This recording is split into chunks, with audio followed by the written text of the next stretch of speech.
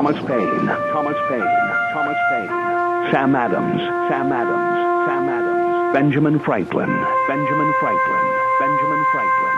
These men spoke up for what they thought was right. From their courage came such documents as the Declaration of Independence and the Constitution of the United States. From their willingness to speak what was sometimes unpopular but right, we enjoy such liberties as freedom of speech, the right to keep and bear arms, and freedom of religion. There are those who still wish to oppress our freedoms, and there are still patriots willing to stand up and defend life, liberty, and the pursuit of happiness. Men like Zeb Bell, who honor our founding fathers and what they stood for.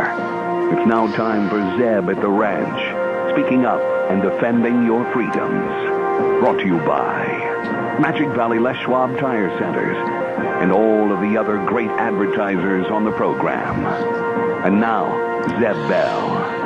You know, on this program, I try to be very open and honest and give you stories that I know are completely true. But you know what? I am really tired of being told I must lower my standard of living to fight global warming, which no one is allowed to debate.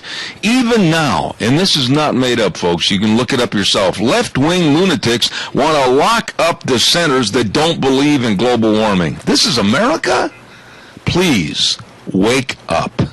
Good morning. Here comes Kate Smith, and God bless America, followed by a patriot with our Pledge of Allegiance. Good morning on a Thursday.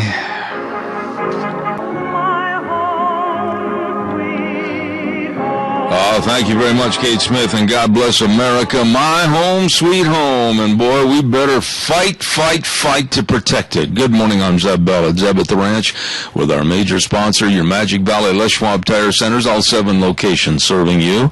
And along with some of our dear advertisers, Lee's Furniture, Floors, and More at, of course, 459 Overland in Burley, and Ramsey Heating and Electric at 2600 Overland Avenue in Burley.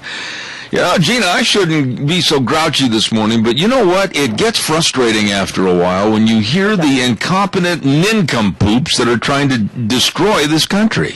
Oh, and they are everywhere. And I think, honestly, for me, being a former Democrat, you know, come on, global war. Have you looked outside? Yeah. People? Look outside. There's snow on the ground. The only reason these kook, crackpots, and absolutely unintelligent sources of amoebic flesh want to promote global warming is for more control and more money. Exactly. I feel better now. I feel cleansed. Feel good. Do we have a pledger? We have Kilt Man on for the pledge and Michael Rogers on for the weather. Oh, what a treat. Good morning, Kilt Man. Go ahead, please. Good morning, my friend. It'll be my pleasure. I pledge allegiance to the flag of the United States of America and to the republic for which it stands, one nation, under God, indivisible, with liberty and justice for all. We need more guys like you, Kilt Man. You tell it like it is, and you did a great job. God bless you, and I'm still waiting for that pick-em-up truck to pull in my yard so we can sit back and visit with each other. And when I get a chance, I will do that. All right, my friend. Thank you for calling in. Thank you. God bless you. Bye. Ladies and gentlemen, wherever you're going, whatever you're doing, wherever you've been, make sure that everything you put in your truck bed arrives with you. Yeah, protect your saddles, tools, groceries, everything with a shell from Save On Shells, 1835, Overland and Burley. I really believe in these folks because I bought one from them, and the service and installation absolutely first class. We'll tell you more about Save On Shells right after Michael Rogers' weather. Good morning, everybody, as we get ready for the weekend. Wait a minute, hang on, stop. Zeb Bell, am I to believe that they're trying to control climate? Is that correct? Yeah, listen, Michael, you and I might disagree on a lot of things, but I'm telling you something. Man does not have his hand on the thermostat, God does, and I'm sick and tired of people trying to be so stupid and so calloused into saying that we can control climate. We're going into a cooling period, whether people like it or not. For the last 17 years, there hasn't been any increase in the temperatures. There have been decreases and more Arctic ice than ever before, and I'm sick and tired of being lied to. Oh, my goodness, I guess I let you have it. Oh, yes, you did. Morning, everybody. Just want to catch up on what's happening here. By the way, weather is what you get. Climate is what you're supposed to get. The weather you're getting for this weekend is going to be sun and clouds for today, 55 for the high. Going to get some rain showers. Going to get windy over the weekend. When you get to Monday, sunny, high of 62. That is your weather. Enjoy the weekend. It is the only weather you got. I tell you. Thank you, Michael. You're a good old boy. MichaelRogersWeather.com, the best. Don't forget, at Save On Shells, they've got the new ARE camper shells. You better believe it, many, many, many different models. And the thing I like about Anthony and the group over there is the installation, the service is fantastic, and they've got a great selection of used shells. What are you waiting for? Don't leave everything unprotected in the back of that pickup truck, in the bed. Save On Shells. 1835 Overland, the best to have. How do I know this? Because I bought one from Save On Shells. I think we better sell some cattle. Gina, where's Merv May? Is he here this morning? He gets the steer calves there, $31, 1.5, 31, 1.5, 32, 2.5, 3.5, 130. Oh, that's the voice of, I think, the world's best auctioneer right there, Merv May, at the Burley Livestock Sale Yard, 1100 Occidental Avenue in Burley. The number to call the office for more on the run they're going to have today, 678-9411. And I talked to Merv earlier this morning, and he said that Bruce and Jared Bedke, I know those guys, I've ridden with them, out of Oakley, good old boys. They're bringing in 60 head of yearlings. P-Bar S Dairy of Malta, Moon Mountain up at Albion, Southridge Dairy, TLK Dairy of Mountain Home, all of them bringing in a whole bunch of butcher cows. And, of course, there's going to be a good trailer line run lining up to unload. Sale time at 10:30 this morning at the Burley Livestock Sale Yard. Again, for more information, talk to Merv May and Lance Udy, 678-9411, Burley Livestock Sale Yard. Today, sale time, 10:30. Merv, sell those steers. All right, he gets the steer calves there, $31, 1.5, 31, 1.5, 32, 2.5, 3.5, 134, 4.5, 5.5, 130, 550, 135, and I selling $1.35. Zeb Mel, get the bottom again. I would love to have your calls this morning because, unfortunately, we have to talk about another shooting. Caller, I'm going to be right with you. I have to get this word in real quick. Denny's Restaurant, 611 Overland and Burley. Oh, my goodness, I just love those folks over there. And I'm serious. They have just been over backwards to be so nice and helpful, and the service has been impeccable. Food's been fantastic at Denny's Restaurant in Overland.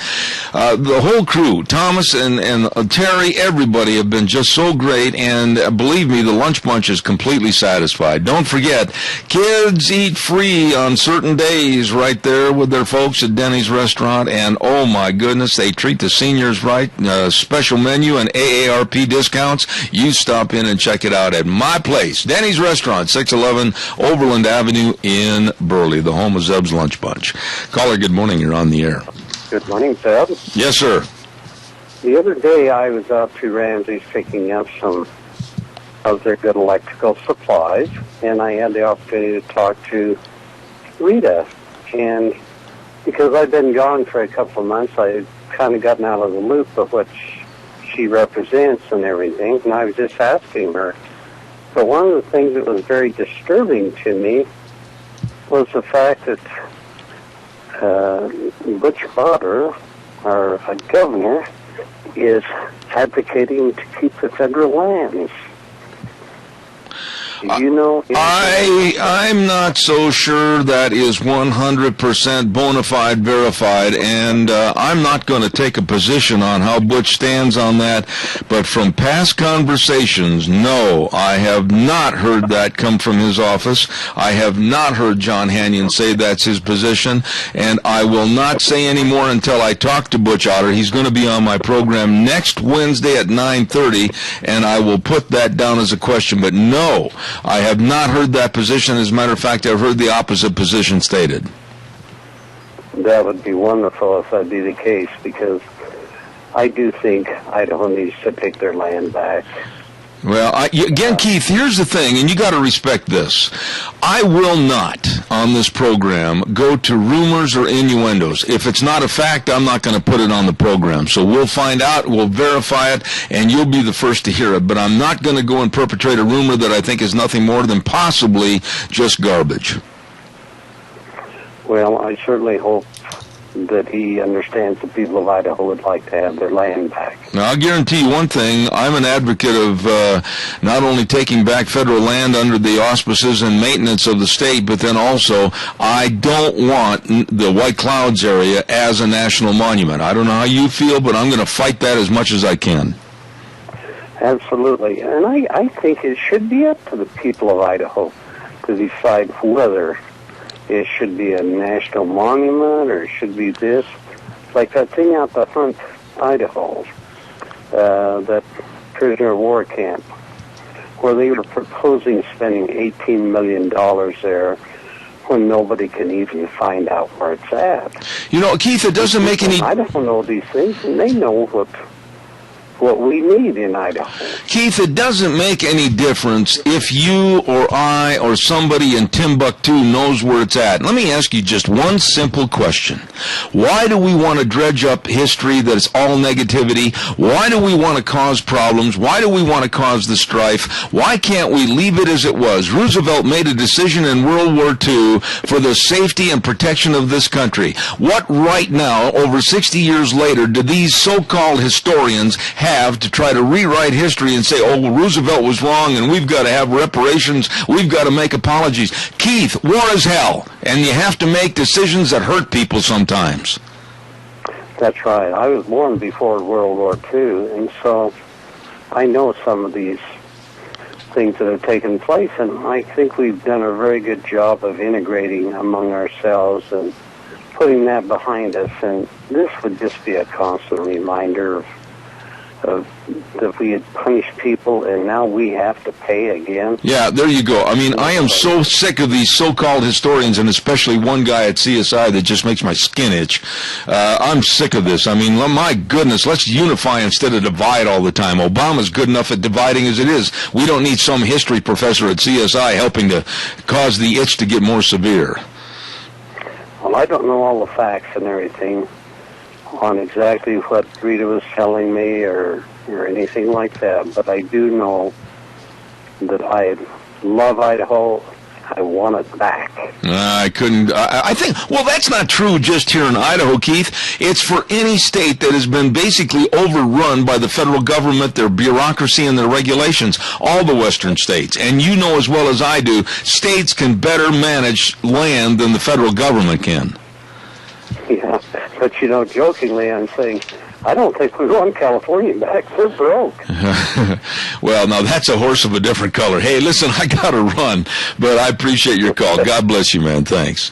Yeah, bye-bye. Don't forget Valley White Home and Ranch. I just had my earpiece about go right into the middle of my skull. I slapped it inadvertently, and holy smokes, that hurts. Valley White Home and Ranch, 910 South Oneida in Rupert. Don't forget, they've got anything and everything for the farm, the home, and the family. They've got it all. You better believe it, and they've got all your feeds. Believe me, take care of your animals in the correct fashion. They've got your Cornish chickens over there, too. Those are the meat birds. And they got all the material for them, too. And 4-H'ers, this is your place. I'm telling you, they've got everything you need, and you'll get a 10% discount on 4-H feed, haulers, show sticks, everything. And that's not that far off. So be sure and stop into Valley White Home and Ranch. Really good people. My store. Steve and the rest of the crew, Valley White Home and Ranch, 910 South Oneida in Rupert.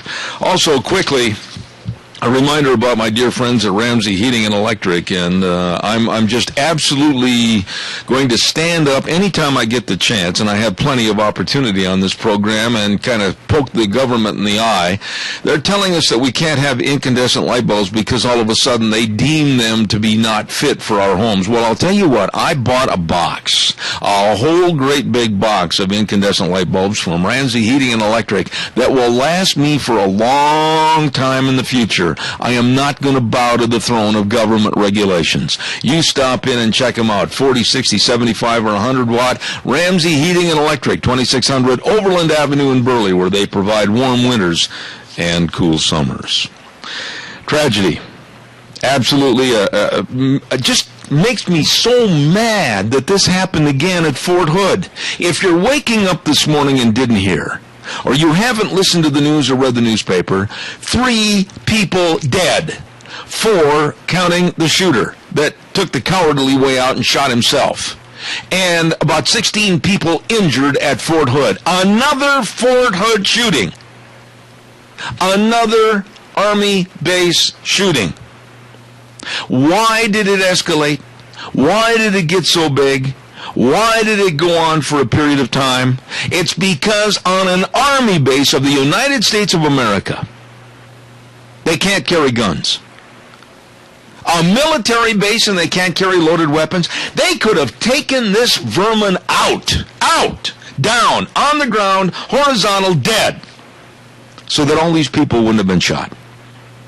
I do not understand how you can have a shooting on an East Coast naval base, how you can have shootings like at Fort Hood with the Muslim killer Nidal Hassan, and have it happen again, and the rules and regulations through this Obama administration, the absolute asinine stupidity of not letting military trained personnel carry guns on base that are loaded, that can protect people and protect the base. This is completely nuts. Completely nuts. We are at war. Oh, gee, you woke up and said, when did this happen? We've been at war with the atrocities and the vermin of Muslim radicals that want to change the world over to their way of thinking and kill the infidels. We are at war. And we have to be extremely careful, whether it's a base here or whether it's a base overseas, as to what happens, who's on the base, and what occurs. But to let a military base the size of Fort Hood, with like 82,000 people on that base, and nobody that's trained in weaponry can carry a gun with ammunition, so that if bad people like this one yesterday and Nidal Hassan 5 years ago in 2009, they haven't got loaded weapons that they can take these vermin out. This is complete lunacy. Complete lunacy.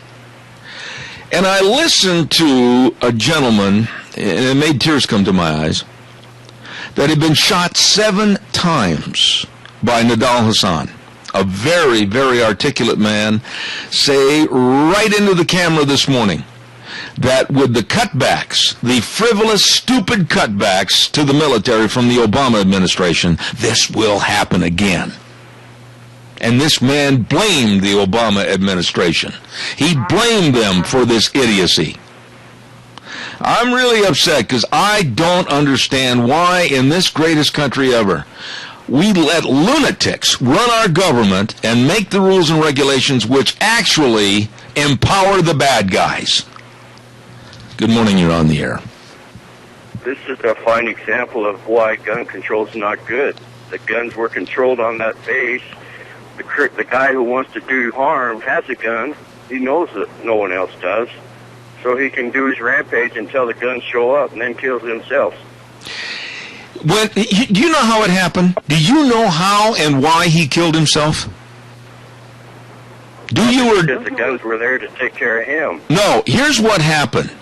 He had started shooting at random and killing and wounding people, and all of a sudden an MP, a lady MP, had a loaded pistol, and she ran out, risked her life and limb. She ran out and confronted him, pointed the gun at him, and he knew he was a dead dude, and he put the gun to his temple and blew his brains out, because somebody, on behalf of security for the base, finally got there with a loaded gun and took him out. Actually, he took himself out. But, sir, let me ask you something. In this day and age, do you want, and it could happen tomorrow, do you want the absolute atrocity of government to control you to the point where if you got a .22 in your bedroom, they're going to come by and take it out because of gun control with the United Nations, and they're going to say you can't protect your family, and you're going to open yourself up to anybody and everybody that's a bad guy? Would you consider that? No, I wouldn't. They aren't taking my guns. And that's what I mean. It's a fine example that Lopez knew there was no guns on the base, so he could do his rampage and not worry about being shot back at till the MP got there. You got it. You've got it. And you know what? The problem is, sir, that you and me and everybody else ought to just stand up on soapboxes and yell and scream and holler and point our finger at this stupid government with this absolute asinine Obama as president and make sure that the government encroachment on our freedoms is stopped now.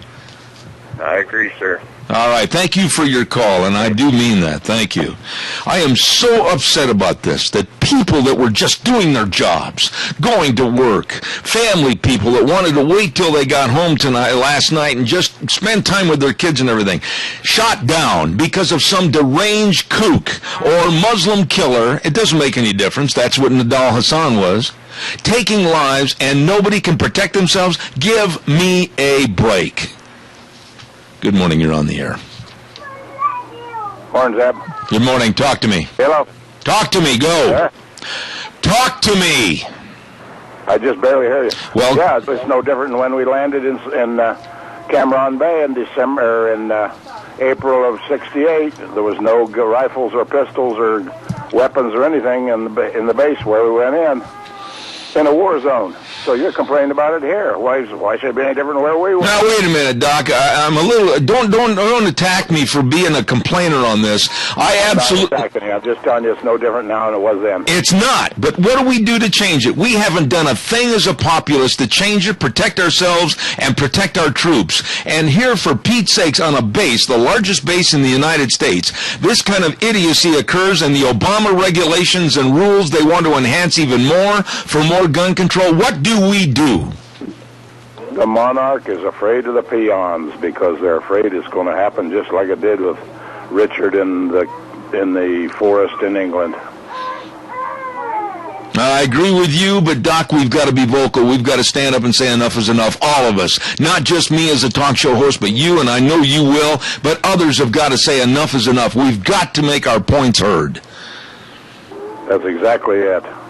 And also, we need to do something about what we've got in our own local states. We've got to get rid of them and start getting a few of them in there that want to get that federal land back to the state where it belongs. I agree. I agree.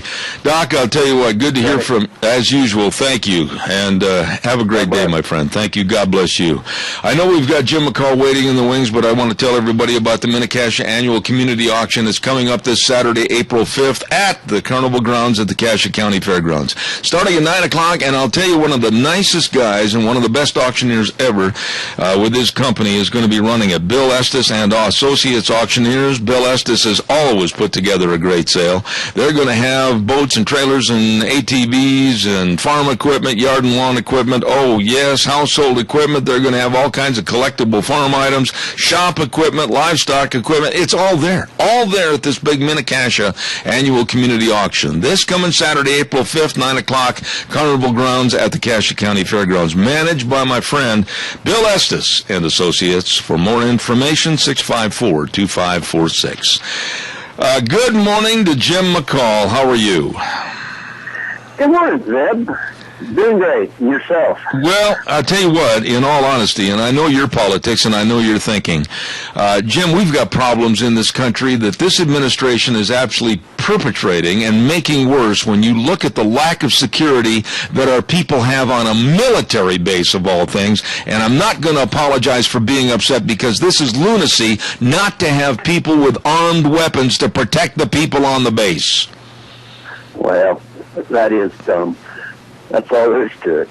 All right. Now, let's talk about something happy this morning, and that's, of course, all the good things that are going on over at Travel Loop Supply. Tell me, my friend.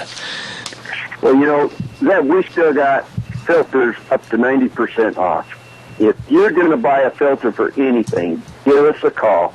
There's good chance we got it in stock, and it could be pretty good deal. Make your time on the phone well worth it. I've got Packer rings in stock through Roller Hills.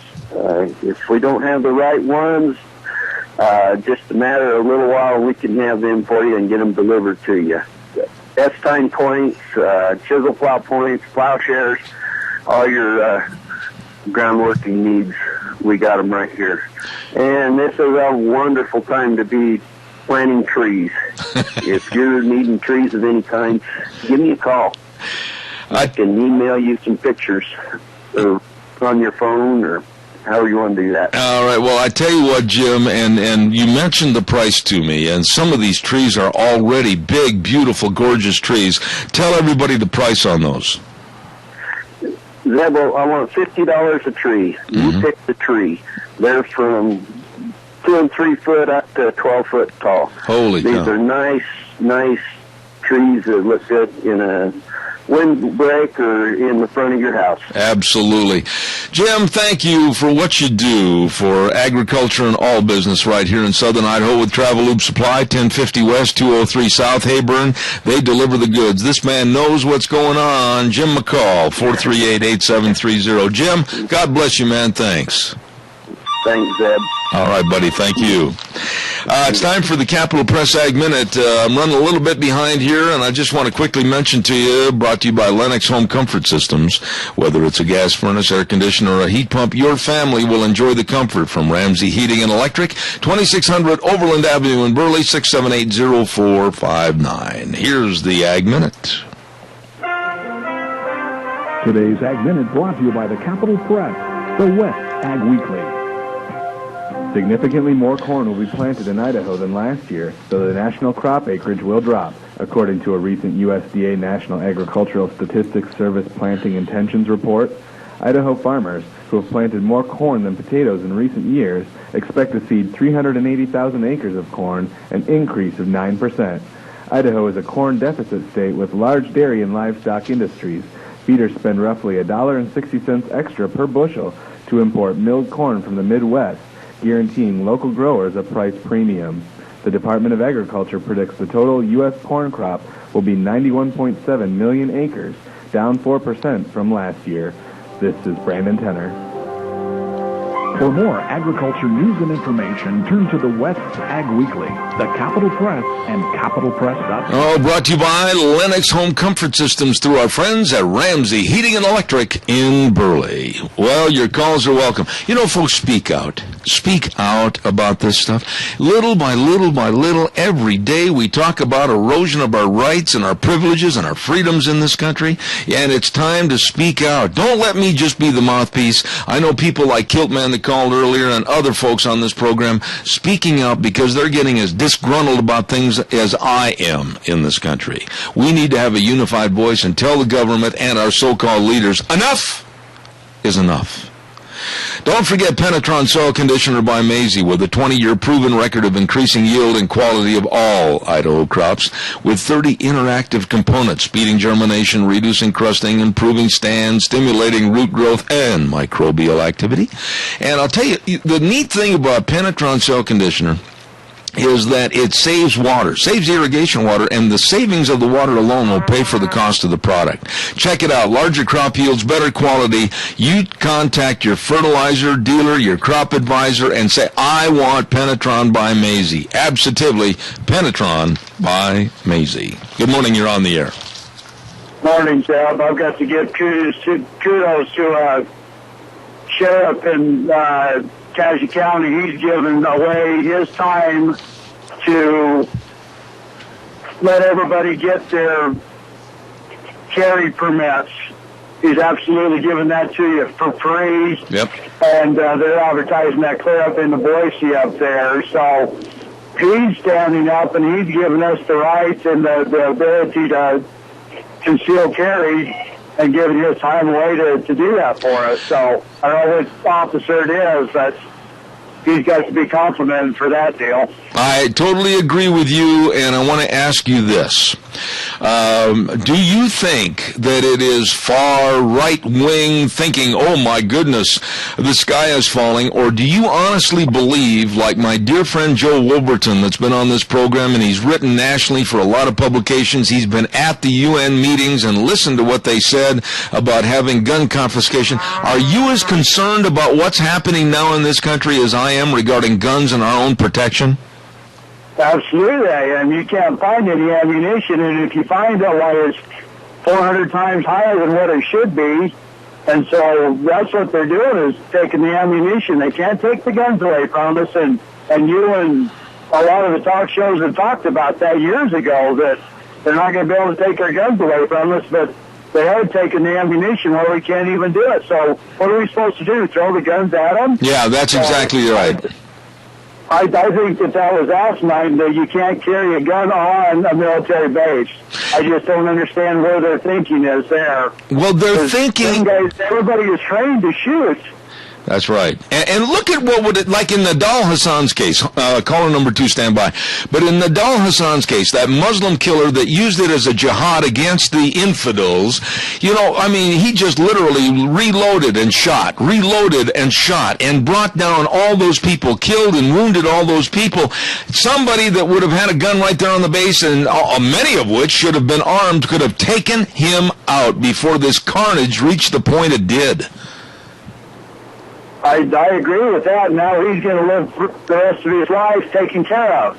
So he's got 3 square meals a day and all the television or whatever he wants to do. He survived the deal. Yeah, I just... And we're going to pay for it. Yep. Believe me, you just said it in a nutshell. We pay for it. In one way or the other, the American public pays for this idiocy. Thank you, sir, as always, for your call.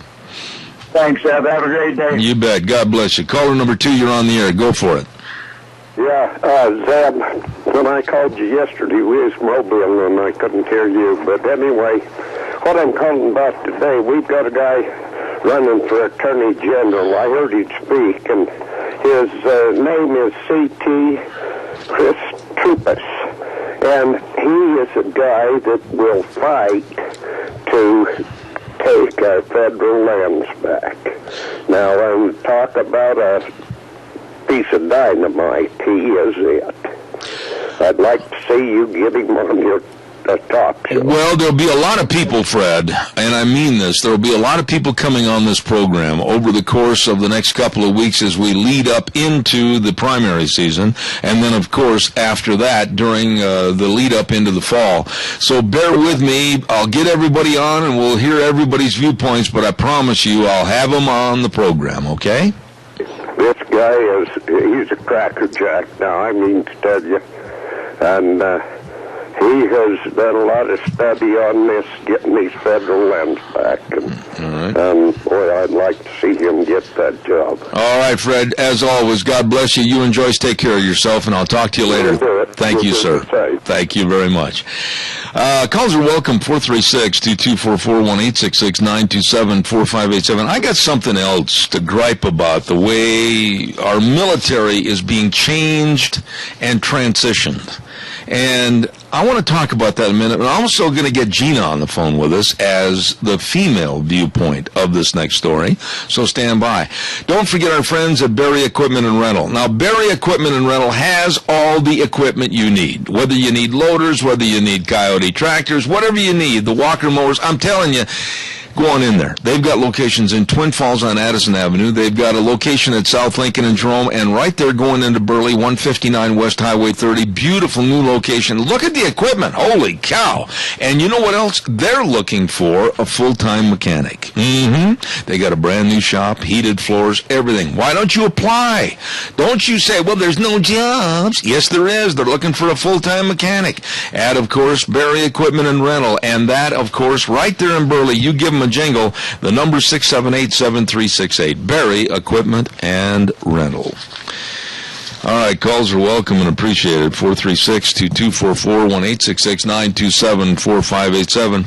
Real quick, before I get wrapped up in another call, I want to remind you that later on this morning we're going to have Fred Snook on the phone from the Salmon Select Horse and Mule Sale, and I can't stress enough this is just an absolute fun event for the whole family. They've got everything going on up there that is imaginable. I mean, they've got, besides the Horse and Mule Sale, they've got clinics, and they've got packing seminars, and they've got barrel racing, and they've got ranch horse competitions, and they've got cow cutting previews. They've got all kinds of team roping. This is just unbelievable. Gets bigger every year. Now it's 5 days. Starts on Wednesday, April 9th, goes all the way through Sunday, April 13th. The 42nd Annual Salmon Select Horse and Mule Sale at the Lemhi County Fairgrounds in Salmon. You get on up to Salmon. Going to be fun. Gina, I've got a question for you. Are you there? Yes. You know, did you ever serve in the military?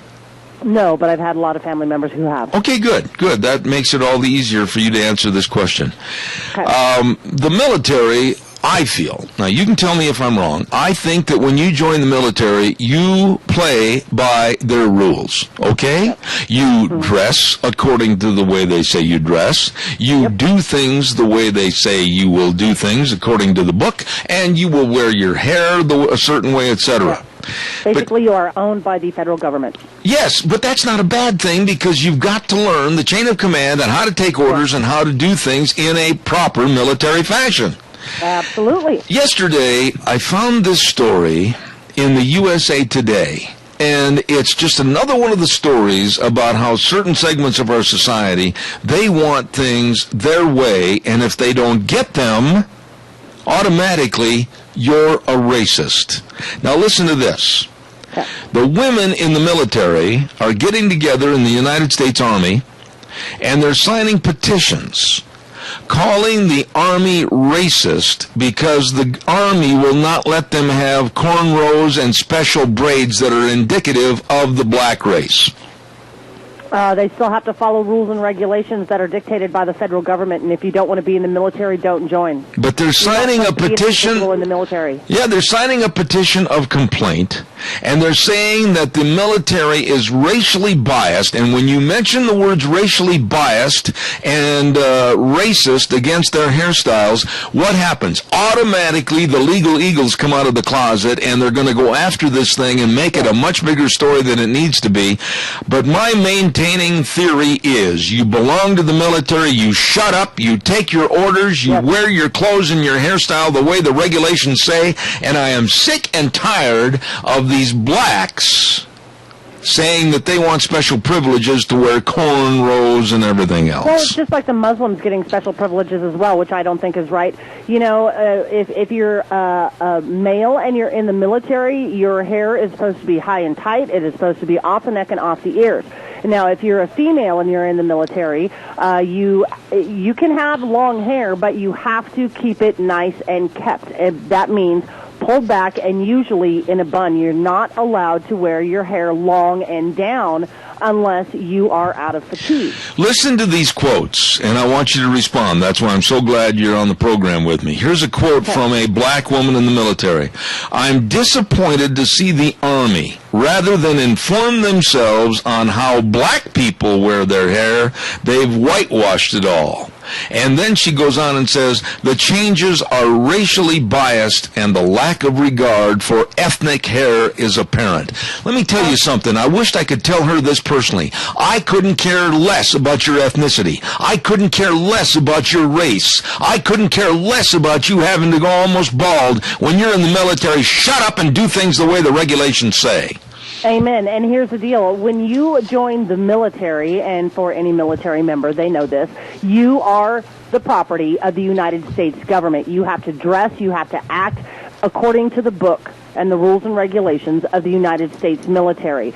You're not allowed to be an individual. And if your hairstyle and how long you get to keep your nails is so important for you, do not join the military. I am so fed. The military fed. is not for being an individual. I am so fed up with these so-called minorities, which is a word that I hate to use. Let's call it what they are and who they are.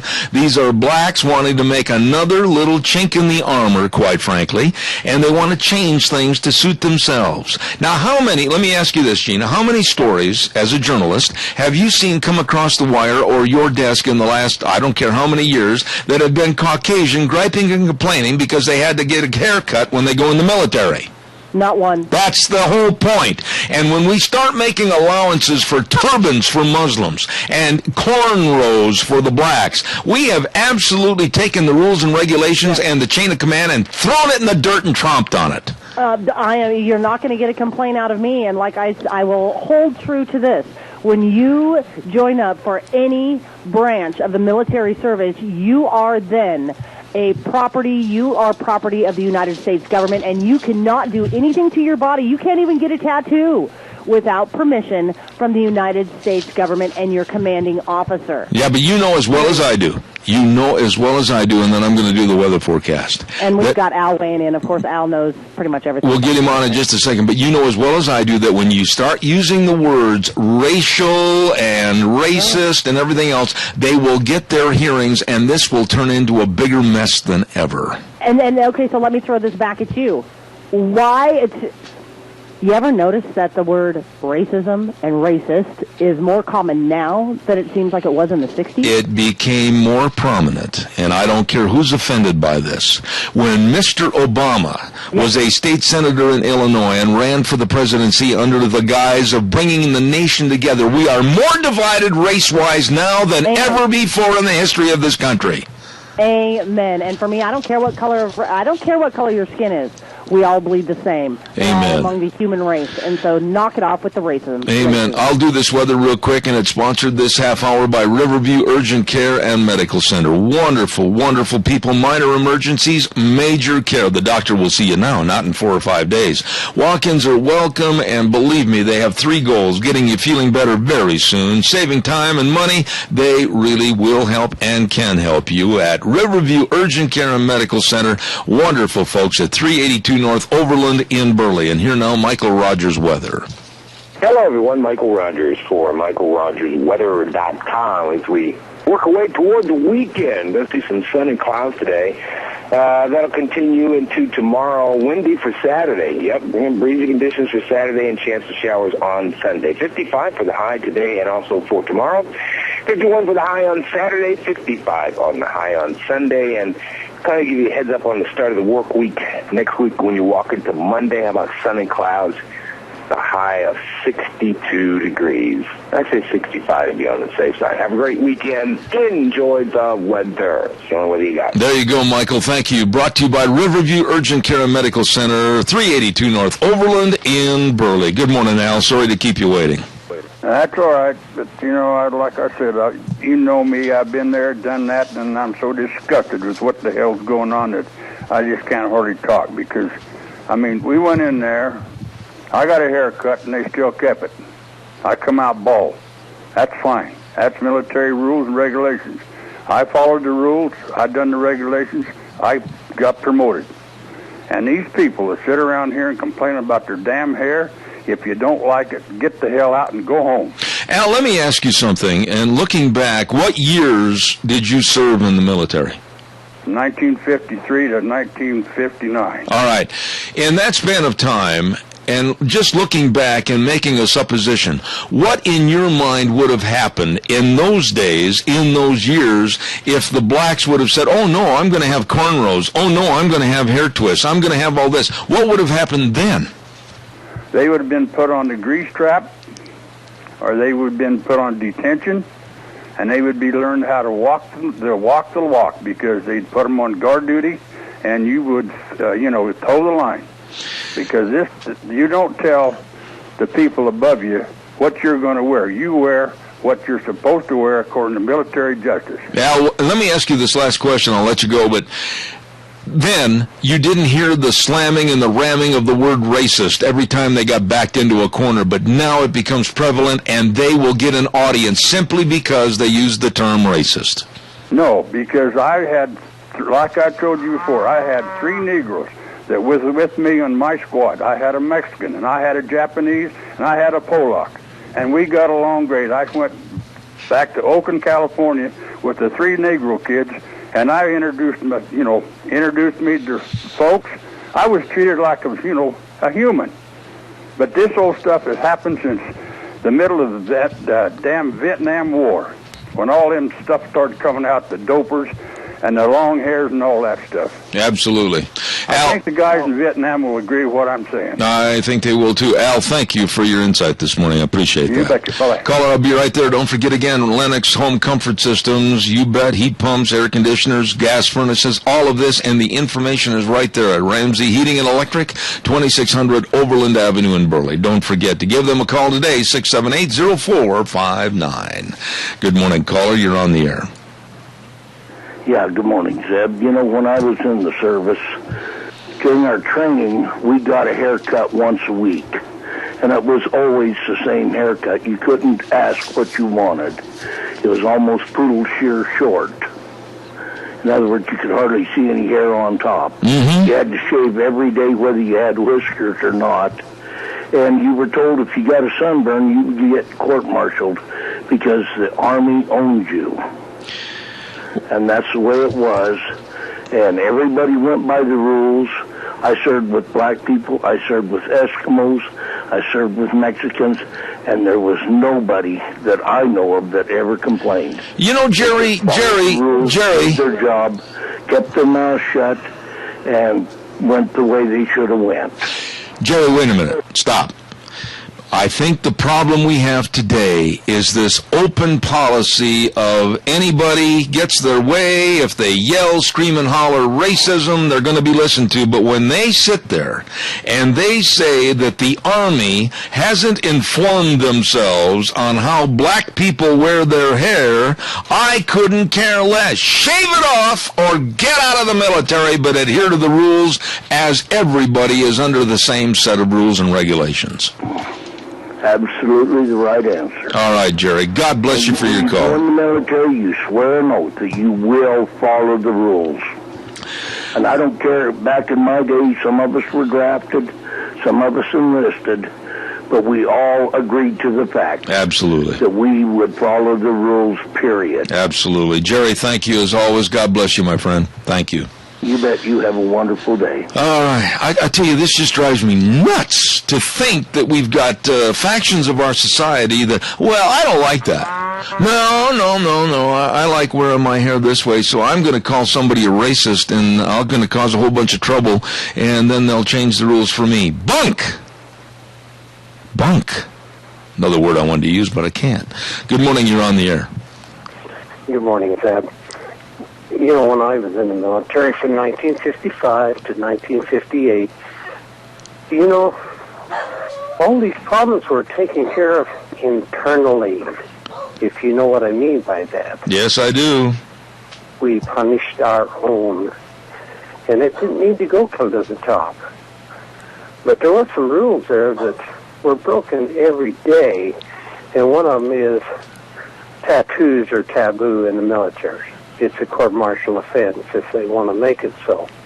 But I never did know of anybody that ever got court-martial, but they didn't put tattoos on their neck and on their eyebrows and everything else. The other thing was there's also a regulation against sunburns on your back, because if you get severe sunburn and you have to be treated, you're destroying government property, just like Dina said. Yeah. And it can be a court-martial offense. Well, I tell you, do that anymore. What's happening today is we're having factions. We're having factions tell our military what they will and won't do. Look at the Muslims. Look at the Muslims. They are demanding that they should be allowed to wear a turban. And now the blacks are saying that they should be allowed to wear their hair a certain way. I am fed up with this, Keith. We've got rules and regulations, right and wrong, black and white. Let's live by them instead of caving in to these groups that want to change things. Yeah, the power is being taken away from the people who govern, like the military and everything, by wishy-washiness. And it's the same way in our schools. The teachers have no power because of a few people thinking they're being too tough on the kids. Yeah. And look how some of our kids are turning out. Amen. Keith, I got to do a... Military is one of the best lessons a person can learn. Absolutely. You serve a time in the military, and you know what discipline is. Absolutely. Keith, God bless you for your call back. I appreciate it. Thank you. Got to get in a little word here about our good friends, our great friends at your Magic Valley Les Schwab Tire Centers with a big spring tire sale going on. Caller, I'll be right there. Don't forget, big tire sale going on at all 7 locations of your Magic Valley Les Schwab Tire Centers. Tires like the Eclipse tire on sale. All-season reliability, 70,000-mile warranty, long-lasting tread. And don't forget, for your truck tires, tires, your light truck tires, the Open Country AT2. Woohoo! 40% more tread life, enhanced traction, better believe it. All of this along with the best in brake service, front end alignment, shocks and struts, everything. With Lane and Rupert, Dave on Blue Lakes and Twin, Mike and Buell, Mike and Jerome, the Twist family and Paul, John on Pauline in Twin Falls, and Randy on Overland and Burley, your Magic Valley Les Schwab Tire Centers. Good morning, caller. You're on the air. I've got 2 minutes left. Okay, Zev, I'll make it short. My thought on this is if you can't uphold the standards, please, just like you said. However, I do believe that it's kind of planned out this way to demoralize our fighting men and women, to downplay them, to cause a problem and a ruckus in the military itself, to break it apart so they can be easily more divided into their little groups, if you will. I agree. Riley, I think this fragmentation is the word I'll use, of going after this and nitpicking about this, going after that, nitpicking about that, and pretty soon you've got quarreling going on, and you've completely destabilized the benefits of the military, and that's rules and regulations, power and command. And I absolutely... Our military has been the strongest for decades, and the strongest are strong because we're united. Absolutely. They break us apart, and we're nothing but sniveling little weaklings that any country can come in and take over. Amen. But they're wrong, because we will stand together. My brothers and sisters in arms will stand together. All right, Riley, thank you for your call. Appreciate it, my friend. Thank you. This is just something that goes right along with that Fort Hood disaster, to where, can you imagine? When my dad was in the service and my buddies and everything else, Vietnam, having all of a sudden somebody say, well, these are our hairstyles. Oh, my goodness, that's how we wear our hair. It's our ethnicity. Zip goes the razor and off goes the hair, and that's the way it should be. And then for them to turn around and yell racist, I am so sick of that terminology, racist. You're a racist. You're a bigot. They're just not smart enough to come up with a good communication and settle an argument. But right away they got to point the finger at you and say, you're a racist. I got to take a blood pressure pill. I'll be back in about 6 minutes. God bless you, Zeb at the Ranch, and we'll be back next half hour to the Chamber Report, Vicky's Country Garden, and Dog Nation. Don't miss it. I'll be back in 6.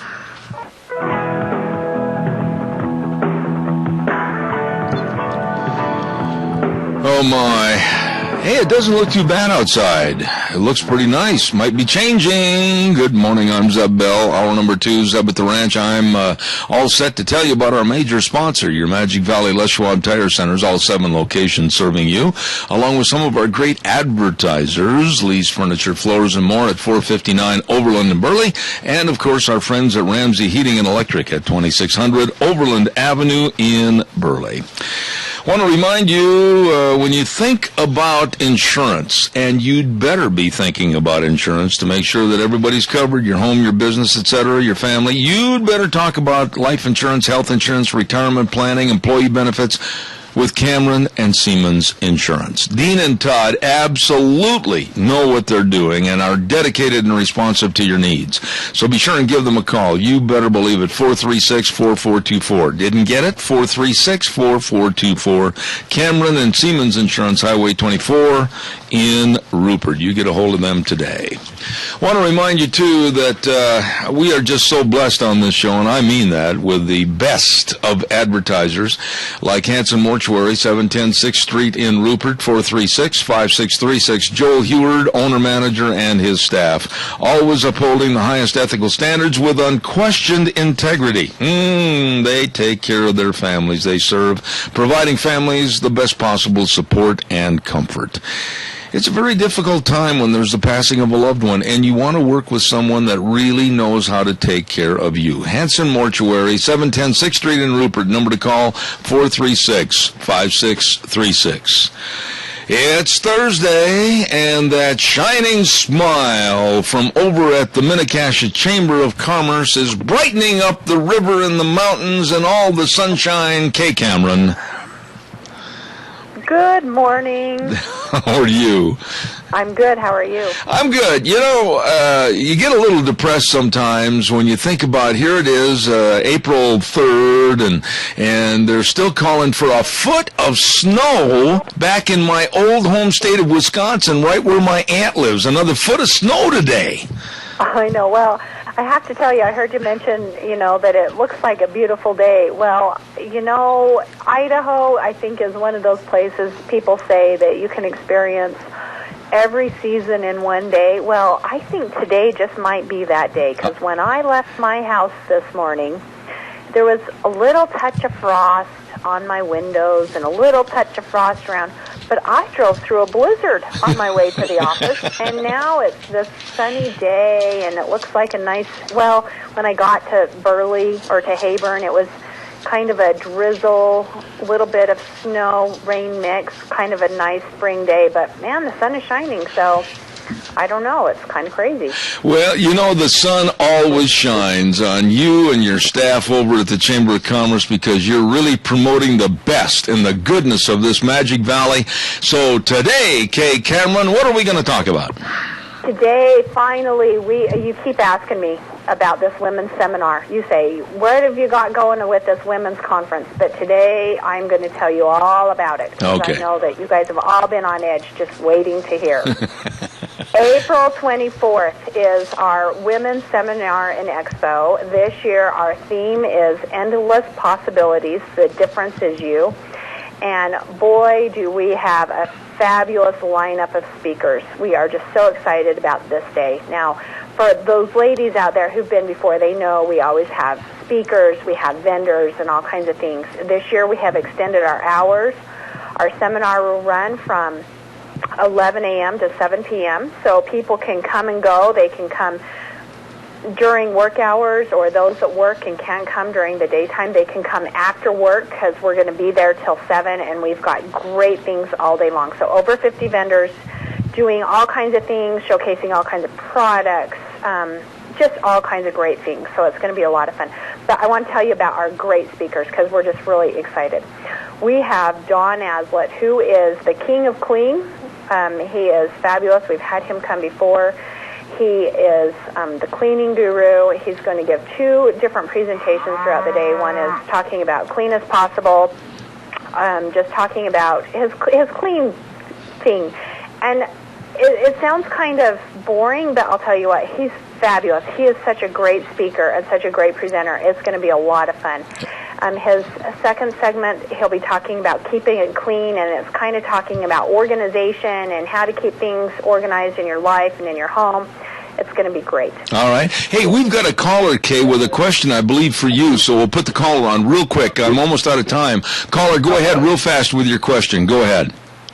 I have a question. Why is the National Chamber of Commerce, and I realize you're tied into that somehow, they're supporting a movement to get rid of they're funding all of the people that are against Tea Party, people nationwide, and they're also very actively supporting Common Core educational things. I just would like her to comment. If she's not aware of that, she needs to. All right, I tell you what, on this segment, I'll ask her if she wants to comment, but this isn't really the appropriate time to ask that, but go ahead, Kay, if you want to respond quickly. Well, go ahead. I do want to respond to that, because first of all, I want all of the listeners out there to be aware that the U.S. Chamber of Commerce is an organization such as ours. It's a membership organization. The Minnecaja Chamber of Commerce is not a member of the U.S. Chamber of Commerce. It is something that we have been in the past. We are not currently. And so, first of all, I want to put that out clear, that other than the fact that we both have Chamber of Commerce in our name, we are not directly affiliated with the U.S. Chamber of Commerce. I am not aware of, I have not been directly following their policies on what they're doing with the Tea Party, so I can't really comment on that. However, I do know a little bit about the Common Core thing. And I know I just actually received an email this morning from the Cassia County School District office with a link to a video that was put out by the U.S. Chamber of Commerce that talks about Common Core. And just, I'm not saying a position for the Minnecaja Chamber of Commerce. I want that to be clear. But I know that with this Common Core and the Common Core standards, one thing that is that is part of how it works is that they use people from the community and business leaders to help guide and to direct how the kids are learning. And I will tell you, experience that I have had here at our chamber, things that we are hearing from the businesses is, how come they're not teaching this in the schools? This is what I need the kids to learn. How come the kids don't know how to do this? Because this is when I hire a workforce, these are the type of things that my employees need to know how to do. So how come they're not learning those types of things when they're in school? All right. I tell you what, though, Kay, I'm going to have to interrupt because I have another show, another segment that's going to be starting in just a minute, and I have to wrap it up, and we'll do a special. I'll have you back on, and we'll discuss this in defense of the chamber and your stand, but I have to wrap it up for this morning, and I need to know, give us the dates again of the women's conference, and then also, what about tickets or anything else that people need to know real fast? I've only got 30 seconds left. April 24th, the tickets are $18. They can be purchased at the Chamber of Commerce office, or you can come by and see us at 1177 7th Street in Hayburn and pick those up. Give us a call. We can take care of them over the phone. 208-679-4793. Find us on the internet, minicadgechamber.com. Like us on Facebook. Follow us on Twitter. But, yeah, there's a lot more information out there on our... We'll make sure this is on our webpage, and all of the information is out there so people can get more information, because we've got other great speakers as well. All right, Kay, I appreciate it. I'll be back in touch, and we'll do more on this. God bless. Have a wonderful day. Thank you. Okay, thank you very much. Don't forget the Salmon Select Horse Sale coming up, and it's going to be April 9th all the way through the 13th. It is a happening. We're going to be talking to Fred Snook later on this morning, as a matter of fact. Don't forget the Salmon Select Horse and Mule Sale, April 9th all the way through the 13th at the Lemhi County Fairgrounds in Salmon. Team ropings, barrel racings, mule sales, mule packing clinics, rope horse competition, team ropings, it's all there. April 9th through the 13th at the Lemhi County Fairgrounds in Salmon. Going to be fun. Right now it's time to start up a program that we absolutely look forward to every year in the spring, and that's, of course, Gardening for Idiots, and it's sponsored by a lady that has the patience of Job, and that's Vicki over at Vicky's Country Gardens, 185 South 600 west of Paul. And Vicki, how are you feeling? I'm doing all right. How about you, Zeb? We kind of got the same ailments, don't we? Yeah, we do. And I was going to suggest that maybe one of these days, real quick, I'm going to be stopping over and we'll kind of sit down in the back corner of the garden and we'll talk about all the aches and pains and ailments and everything and compare notes. I tell you what, I think we probably got a few things in common. That's for dang sure. Well, I tell you... The thing just ain't fun. I've decided I'm going to stop it right here. I'm going the other direction. Okay. I've had all the fun I can stand. All right. Well, Vicki, I'll tell you what, I will be coming over to see you. But we're in the middle of, right now, hopefully spring, and you have got some great ideas. What about the garden? What about the tilling of the garden? We're going to start all over fresh, and you're going to teach me to be a better gardener, and everybody can call with questions and everything. What time of the year is it now, and what should people be doing? Well, this is a great time. We've had some pretty good moisture now. I mean, there's, as far as getting the gardens ready. So it's a good time to be getting the compost in there, getting your gardens tilled. If you've already got that done, and some people did that in the fall and are ready to go in the spring earlier, there are some cool weather plant seeds that can go in right now. Peas, onions, carrots, radishes, lettuce, spinach, kale, all those good healthy things can all go in right now. As far as that goes, it's still early for a lot of the others, but those are the cold weather, things that do really well in the cool weather. Now, I got to interrupt you, and I've got to ask... Getting that garden ready, get the compost in, get it tilled. If it's too wet, don't get on it if it's too wet, because you will cause yourself some problems. If you've got too much moisture, give that wind a chance to dry it just a little bit, and then go in and work it, because you can make some clods that you'll never get rid of. Okay, now you know as well as I do, and I guess this is where the Gardening for Idiots is appropriate for me, because I would be scared. We've had Aprils in the past, and I know you remember it.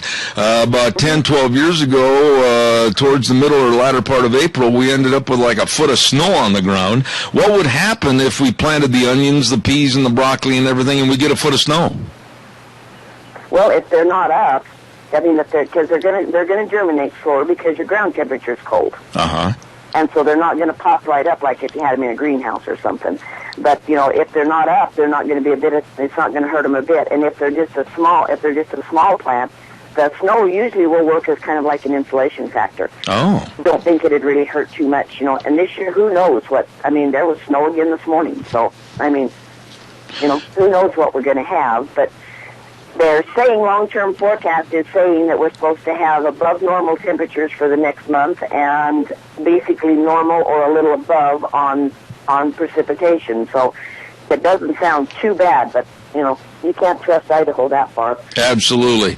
Now, another thing that I want you to talk about, and I don't know how to do this. You got to tell me. When you prune your fruit trees, how do you know how much to take off, where to start trimming and cutting and all that kind of stuff? Well, it kind of depends on the age of the tree. I mean, if it's a young tree, you want to try to shape it. You don't want any branches that are crossing each other and touching each other. Take out the weakest of those two. If you've got, you know, like if they're laying there like crisscross, you don't want them touching because that's a spot for disease to start in. Okay. So take the weakest of those off. If you've got branches that are sitting in a perfect V shape, you want to take the weakest of those. You want your branches offset by about at least a half inch to an inch or more. As far as the upright branches, because if you leave them in that V shape and you get fruit on them, the first thing that's going to happen is you're going to split that branch or that tree right in half.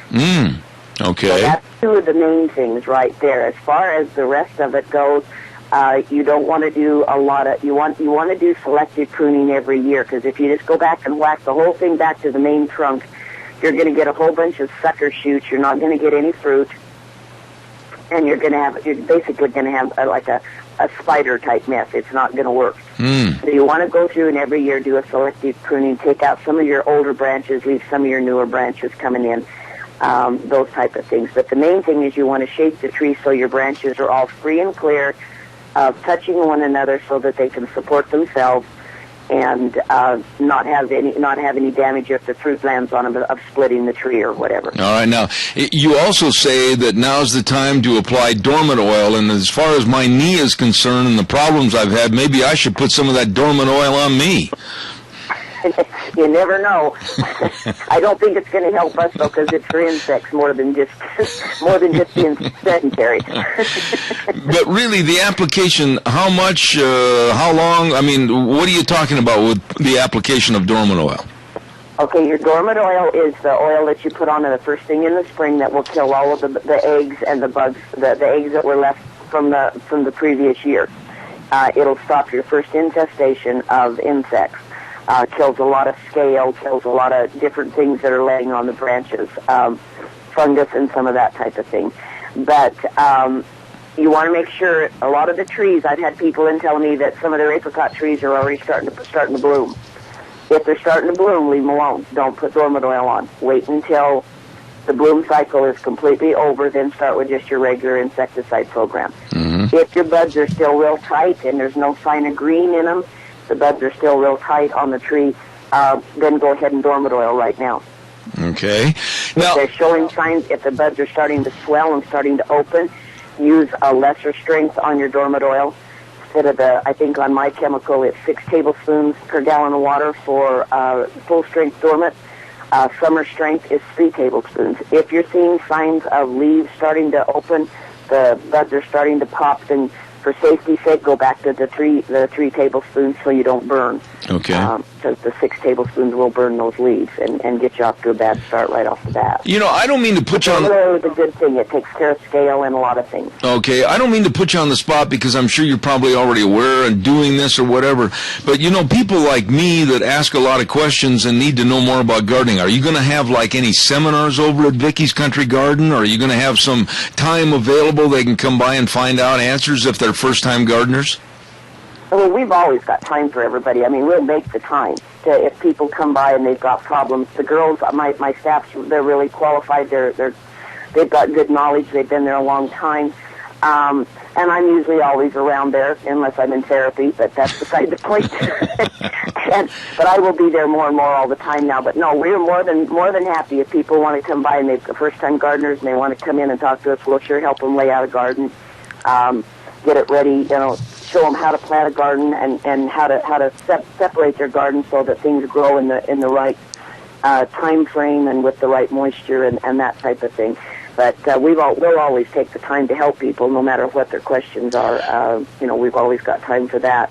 If there was a need for, if people are interested, if they want to call and talk and let me know that they would like a seminar, sure, you bet, not a problem. I'd be more than glad to do a seminar at the store there on gardening or whatever. I've done those before. So if there's a request or a need to, and I get enough people that are interested, you bet, I'd be more than glad to do one. Not a problem.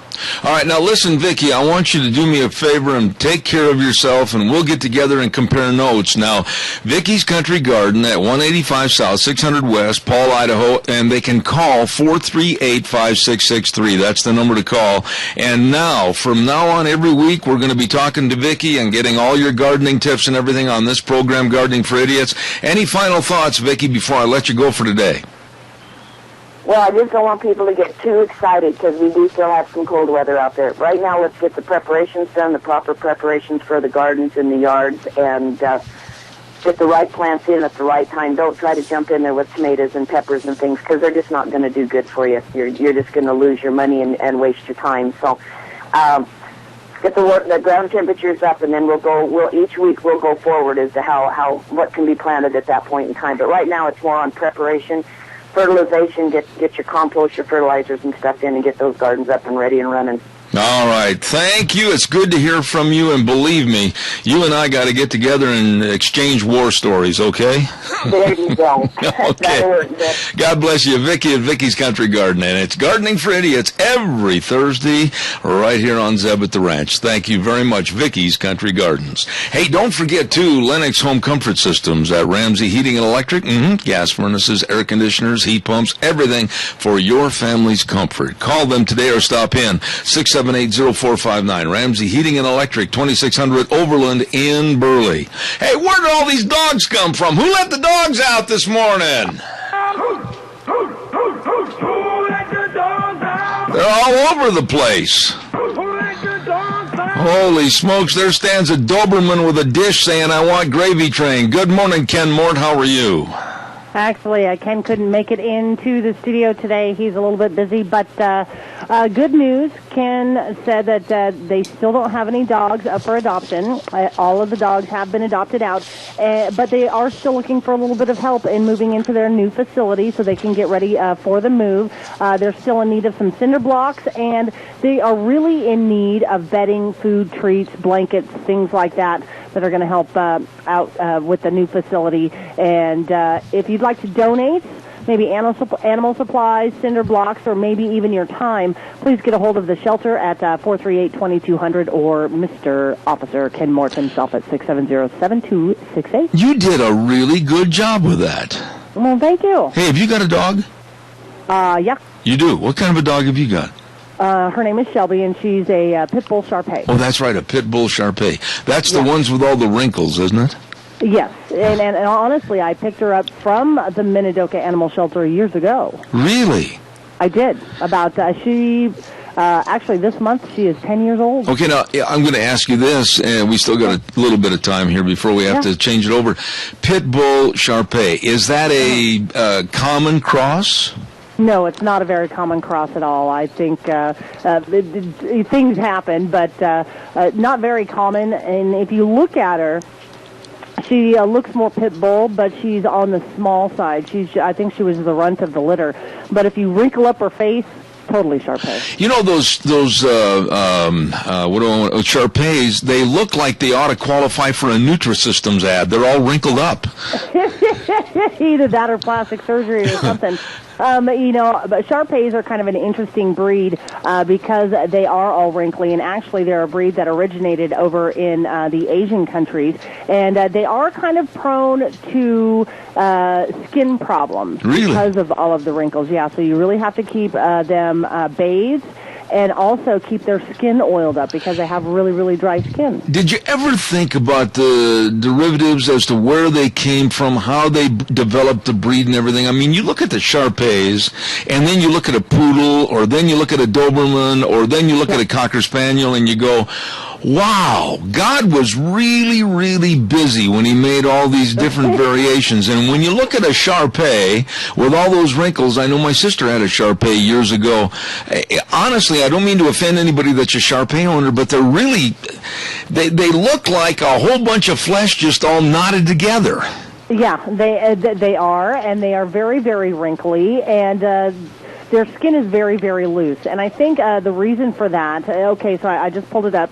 The breed actually comes from China. Yeah. And let's see here. I'm trying to figure out why they were actually bred. I'm assuming that they were probably some sort of hunting dog, and they have the loose skin. So well, as ugly as they are, they'd scare anything out in the woods to death.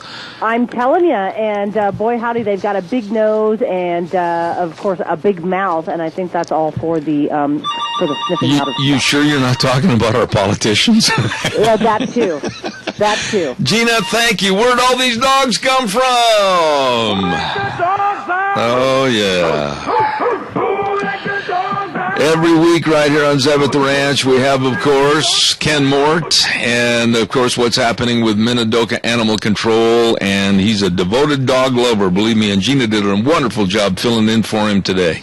Hey, don't forget our friends at Let's Ride, Highway 24 between Rupert and Burley. That is the place with all the ATVs, all the watercrafts, and all the accessories, the street bikes, the dirt bikes, everything. That is where the fun is sold. Open Tuesdays through Saturdays, 9 to 6. Let's Ride. You got to stop in there. And by the way, if you need something that needs to be fixed up or anything, they've got the best parts and service department anywhere around. Stop in and see them today. Let's Ride. Highway 24 between Rupert and Burley. Yep, where the fun is sold.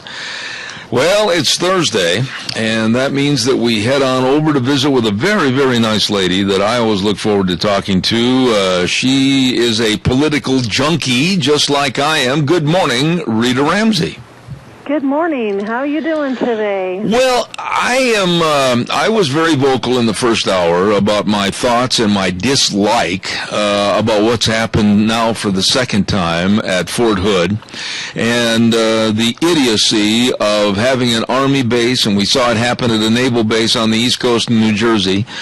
These are military bases, but yet the military, our trained military, is not allowed to carry weapons on the base to protect themselves from the Muslim killers and others that want to just infiltrate the base and kill and wound and maim and destroy. This is complete lunacy. Well, it is, and you know what's really sad about it is that those people who want to do something like that know the places that they can go and where there will be absolutely nothing to harm them if they come in there with a gun. They will stay away from the places that have guns and firearms, and if they know that there's a chance that somebody's got one, they'll kind of say, well, I guess I don't really want to go there, and so they won't. I was listening on my way into work this morning on radio, and they mentioned that these restrictions were put into place during the Clinton administration. They were never removed. We need to write to our Senate and our Congress and tell them that they need to start changing those policies back to common sense and let the military protect themselves. For crying out loud, we'll let them go into a country with a gun, and they're supposed to decide who they should or shouldn't kill, but yet they can't protect themselves on a military base? That's ridiculous. Rita, some people just don't absorb this. We are at war. We are at war. We are at war with terrorism. We are at war with Muslim extremists. We are at war in this country. We don't know who all the bad guys are. We don't know what all the bad people want to do to us. We don't know when they're coming. We don't know where they are. We don't know where their camps are. And yet our Army base, as big as Fort Hood, one of the biggest in the world, is unprotected. That is completely nuts to me. Well, it is, and it's something that that's what we have lawmakers for. They're supposed to be, the federal lawmakers are supposed to be taking care of the safety and security of this country, not all this other jazz that they're interested in making us do, but they are supposed to be taking care of the security of this country, which involves the military. So let them do that. That's their job. And then leave some of this other stuff alone that they're so anxious to be involved in.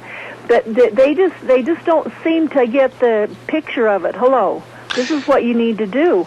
And that's the only way that we're going to be safe. However, it just makes you wonder if the intent was, well, you know, we don't really like the military or we don't want them to be safe, so we're going to put restrictions on them of who they can shoot when they're in the military, and oh, by the way, they can't carry any weapons when they're on bases, on military bases, because that's just not the kind of thing we would want to happen. I just do not understand what is going on in this country. We're seeing so much of the rules, regulations, and the infringements on our freedoms, and the American public is just sitting back and absorbing it like a sponge and not doing anything about it. Do you think I'm being too radical on this, or do you agree with me?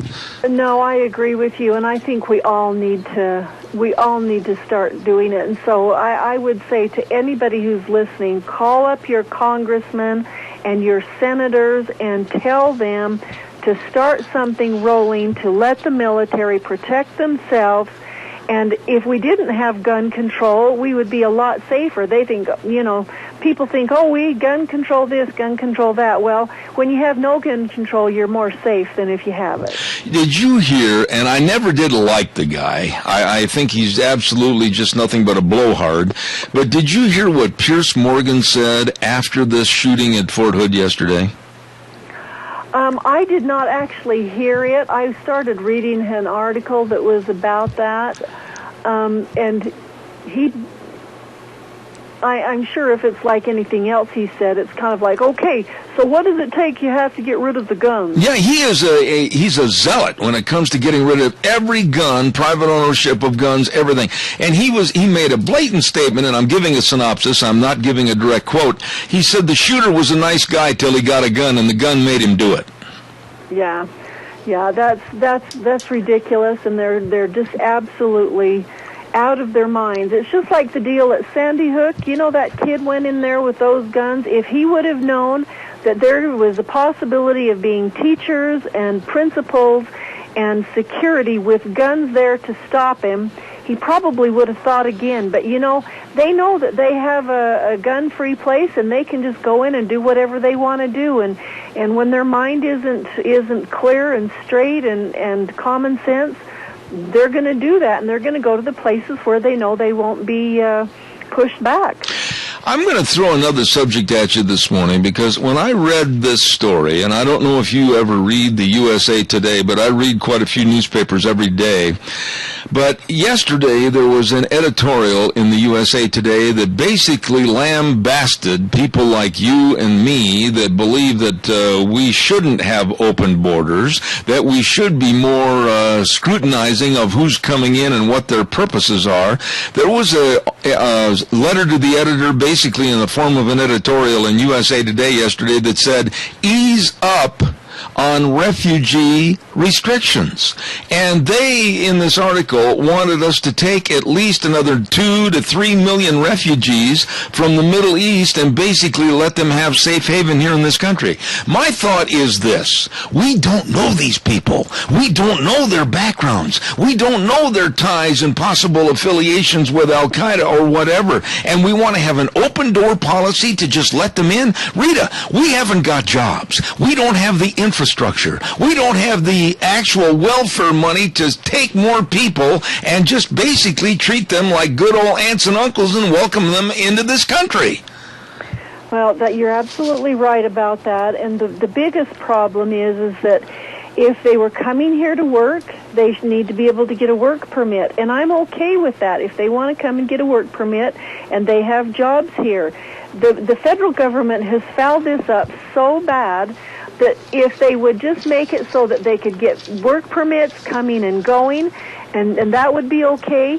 But for them to bring over several generations and just bring them here, there just is not it's like you said, we don't have the infrastructure, we don't have the way to accommodate them.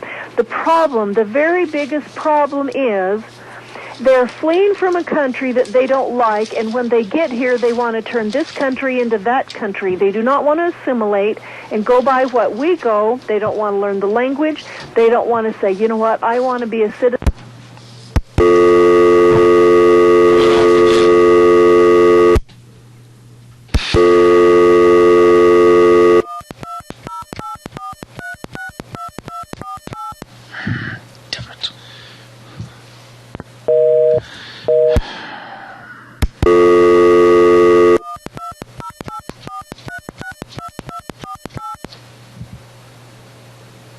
Call her quick. Send her an email. She's not hearing. Send Gina something. Hurry up.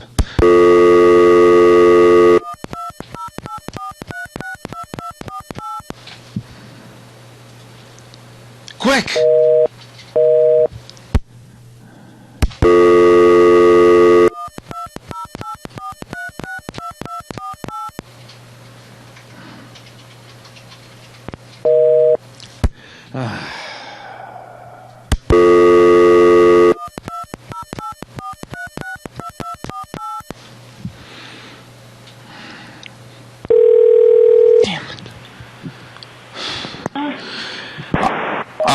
I hope I'm back, but I tell you something, I'm really getting upset about this. I don't understand why 3 days straight my phone lines have been cut in the middle of my program.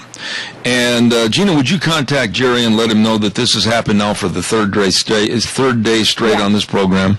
Also, I would talk to your phone carrier, but I will let Jerry know. Yeah, I appreciate it. And I'm going to be calling my phone carrier as soon as this program is over, because 3 days straight, I'm not going to abide by this anymore, and heads will roll. Rita, I apologize. We got cut off again over here, and I absolutely wanted to hear everything you had to say, and I didn't catch it all, but I appreciate your remarks, which leads me to another subject that I talked about this last hour, and it seems like the black Negro ladies in the Army and our military are upset, and they're calling our United States Army racist because the Army won't let them have cornrows and braids and twists in their hair.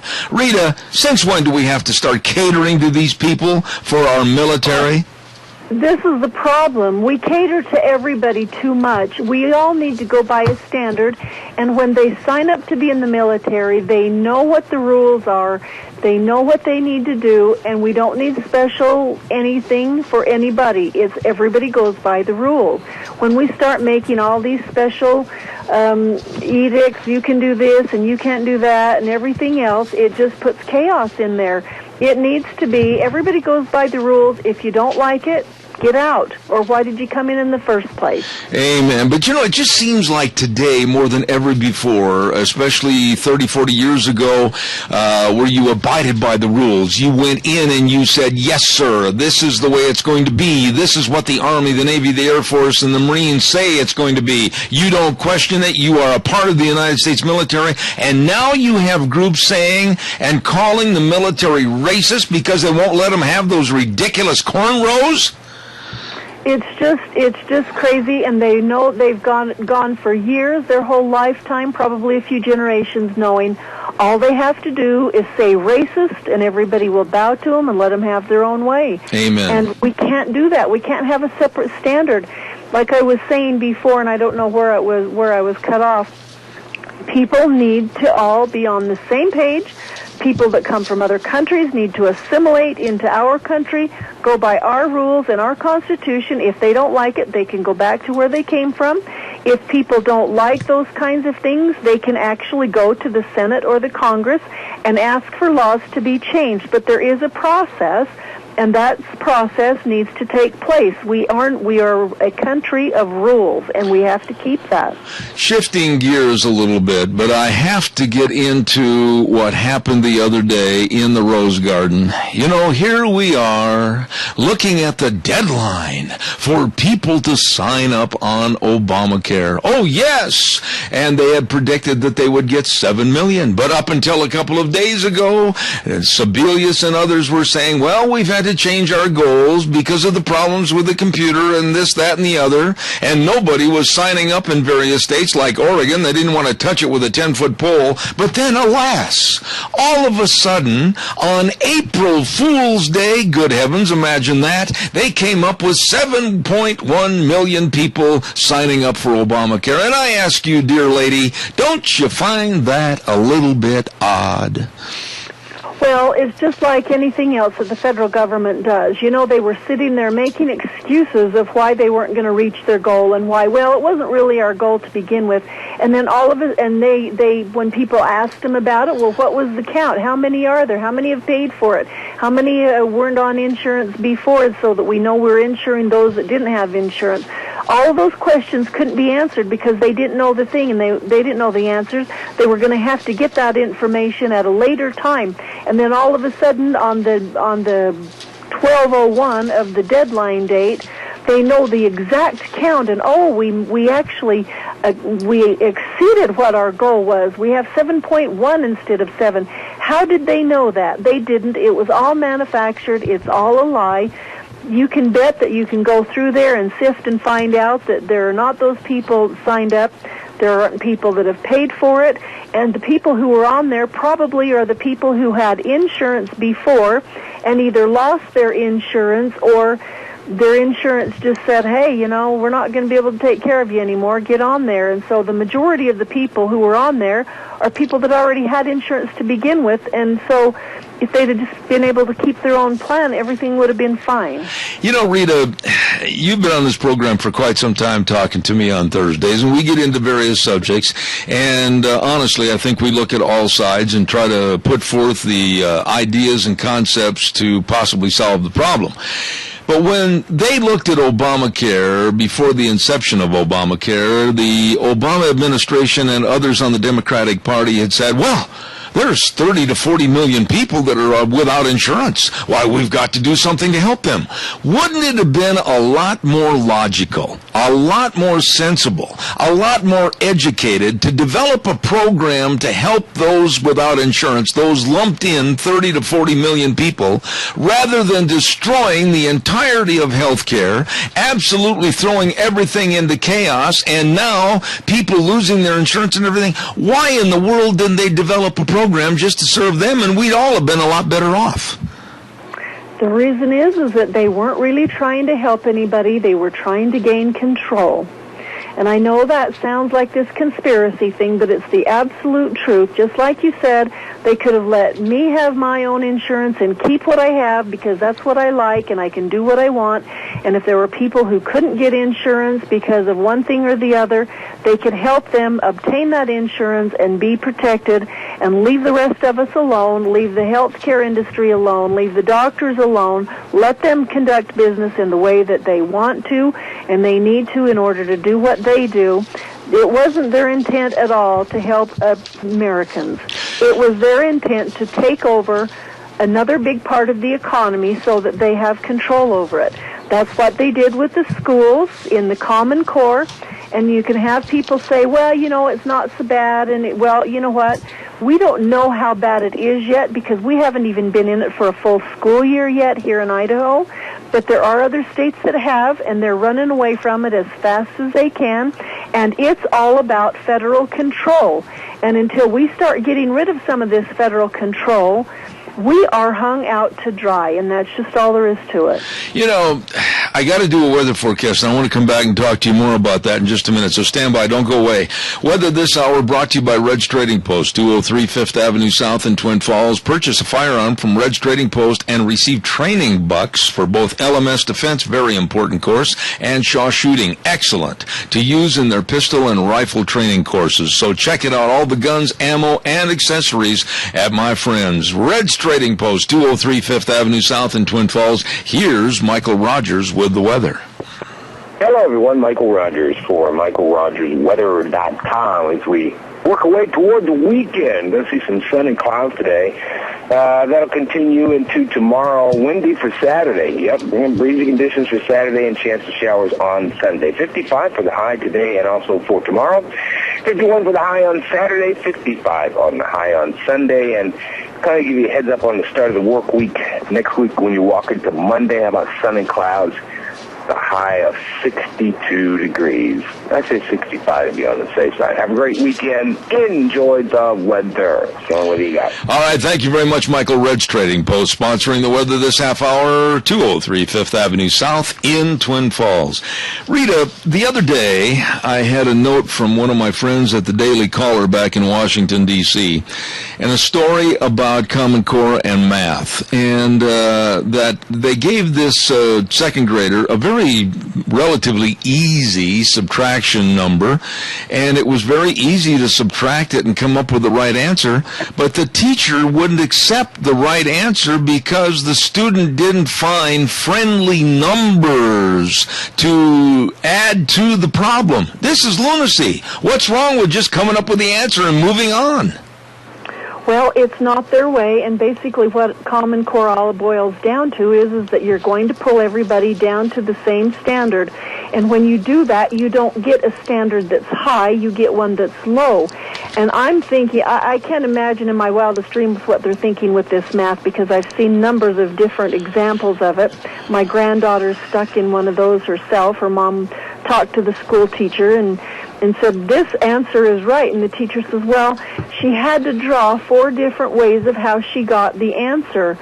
And it's kind of like, well, why are you sitting here spinning your wheels instead of just doing the problem? Yeah. And that's the deal. If it takes 20 minutes or 15 minutes or 10 minutes for a kid to go through and get the answer to a add, subtract, or whatever they're doing, when they could take those numbers and go through and do them the old-fashioned way and have them within probably 20 seconds at the most, even that's a long stretch. If they could get it immediately, why are they wasting all of this time?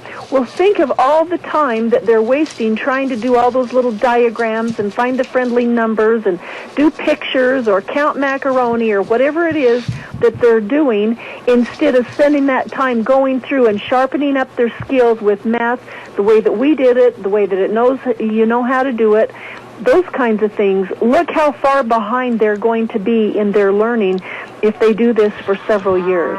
We have a caller with a question. We've only got 2.5 minutes left. Caller, quickly go, please. Yes, I hope I haven't had a chance to listen like I wanted to. There was a video that I got a link from Rita called Building the Machine. We watched it yesterday, and I have this Common Core thing is like a, the Trojan horse.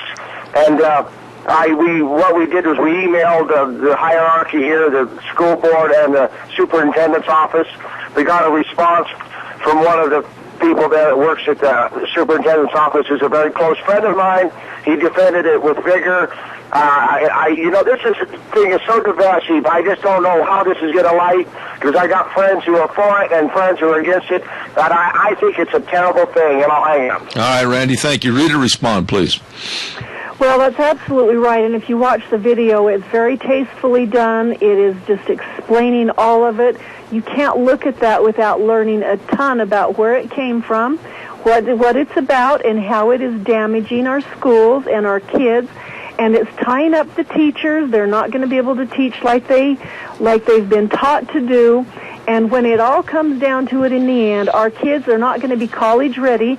The colleges are not looking forward to this, because what the testing does is it goes down to that level also, so that those kids don't have to have the upper math classes, and they don't have to have some of the upper things that they need to actually enter into college and go with the flow and get a degree in college. They're not ready for college. They have to take remedial classes, and the college professors and stuff are really, really upset about this, because they're going to have to accept these kids because they will pass their tests on the Common Core stuff.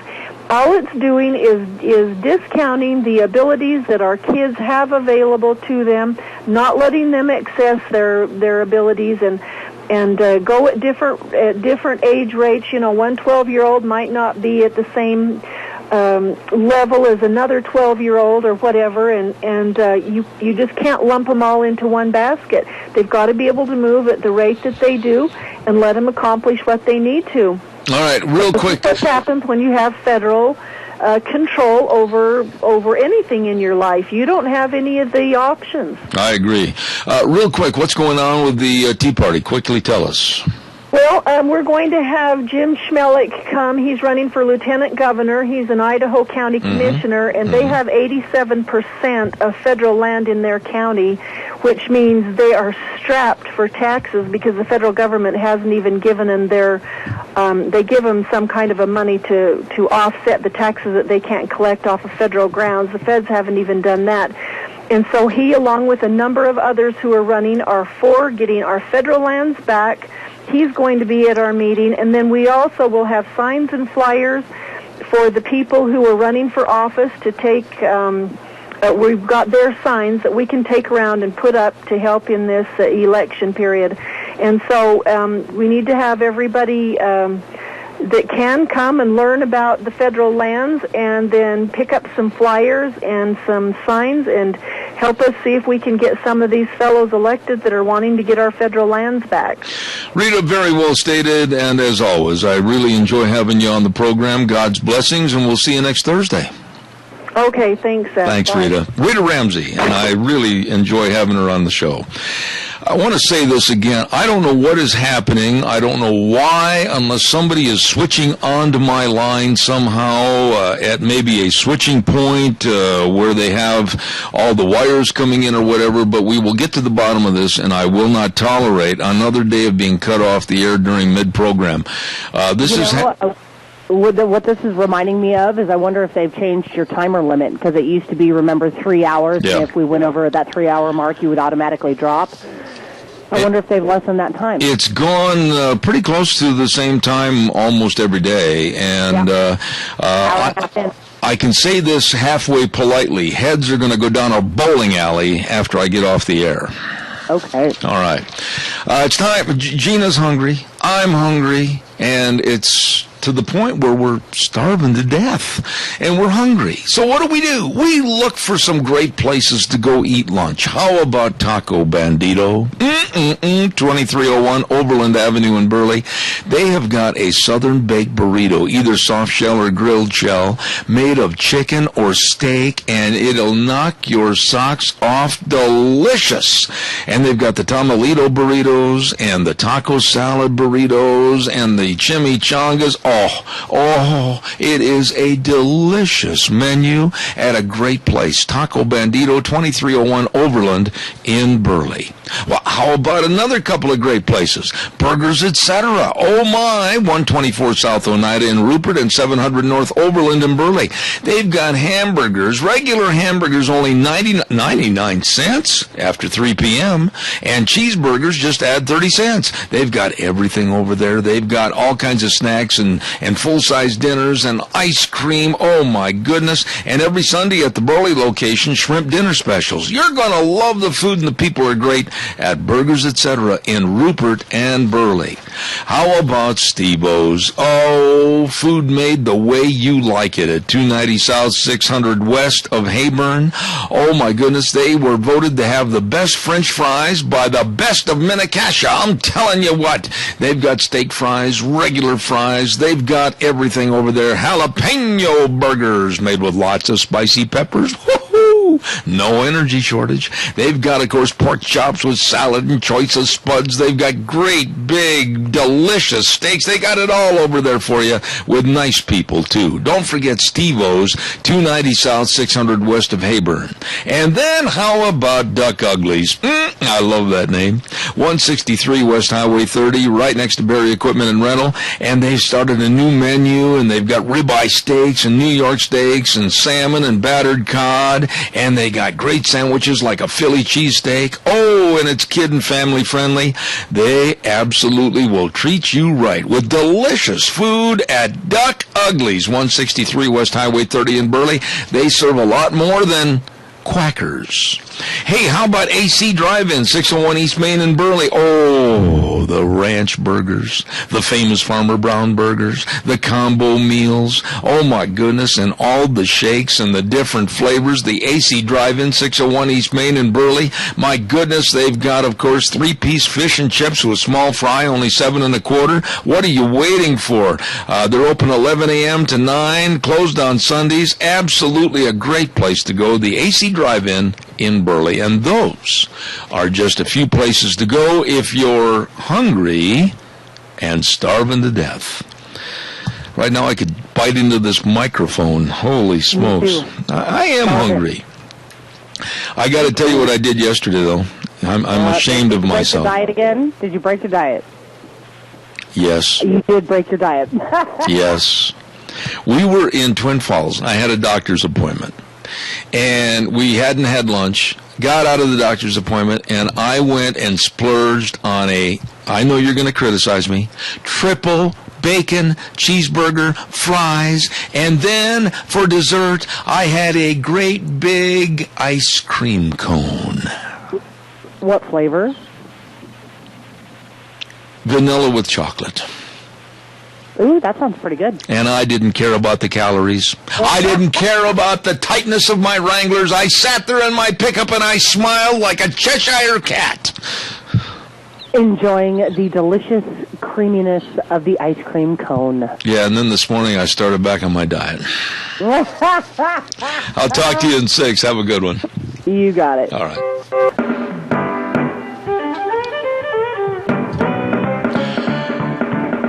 I wish I could play an instrument like they do when they start up that band, the guitars and the fiddles and the drums and everything. Good morning. Welcome back. Hour number 3. Zeb at the Ranch. I'm Zeb Bell, and our major sponsor, your Magic Valley Les Schwab Tire Centers, all 7 locations serving you, along with our friends at Lee's Furniture, Floors, and More at 459 Overland in Burley. We're going to be talking to them in just a few moments. And, of course, our friends at Ramsey Heating and Electric at 2600 Overland Avenue in Burley.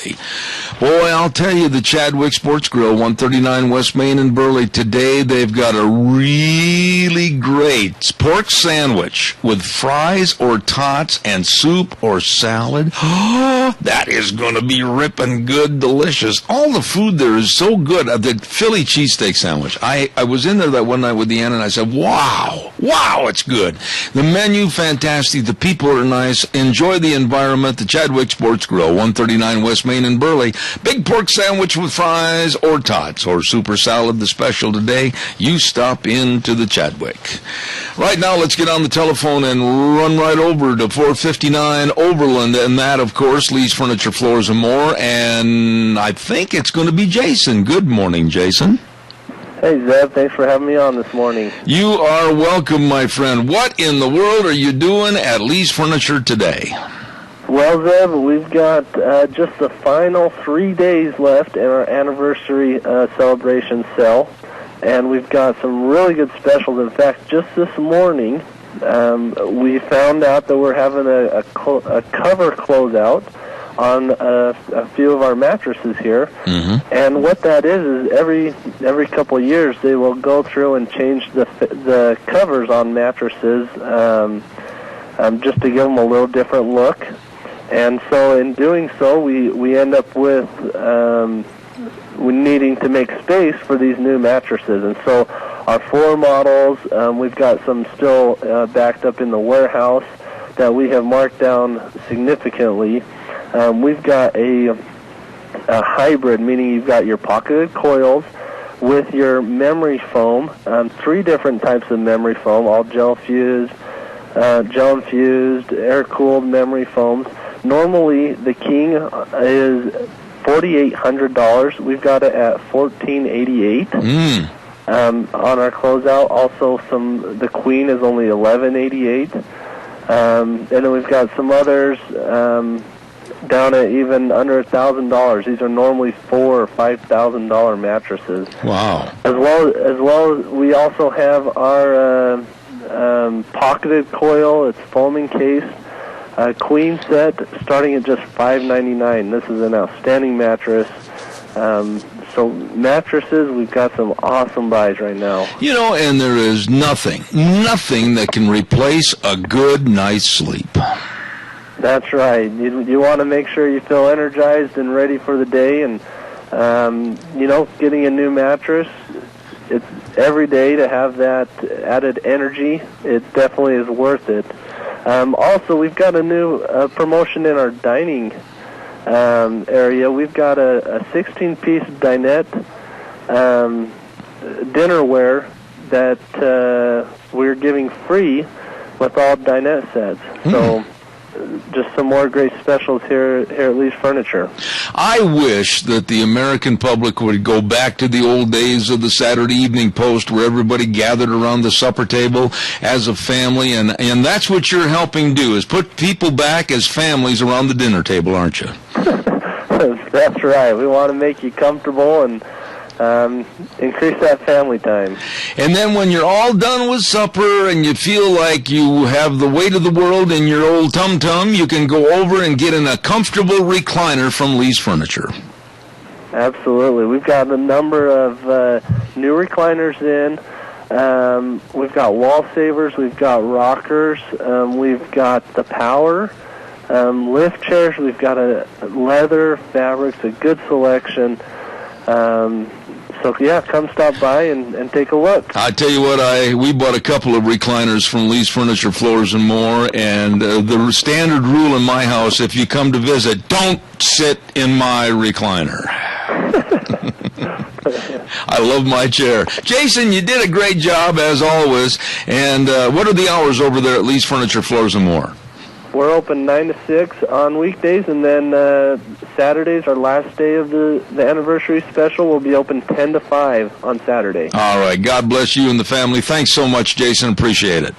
Thanks. Thank you. Lee's Furniture, Floors and More, 459 Oberlin in Burley. Well, I believe we're all set to go to the phone lines right now, and we're going to have our segment on Thursdays called School Days in Cassia County.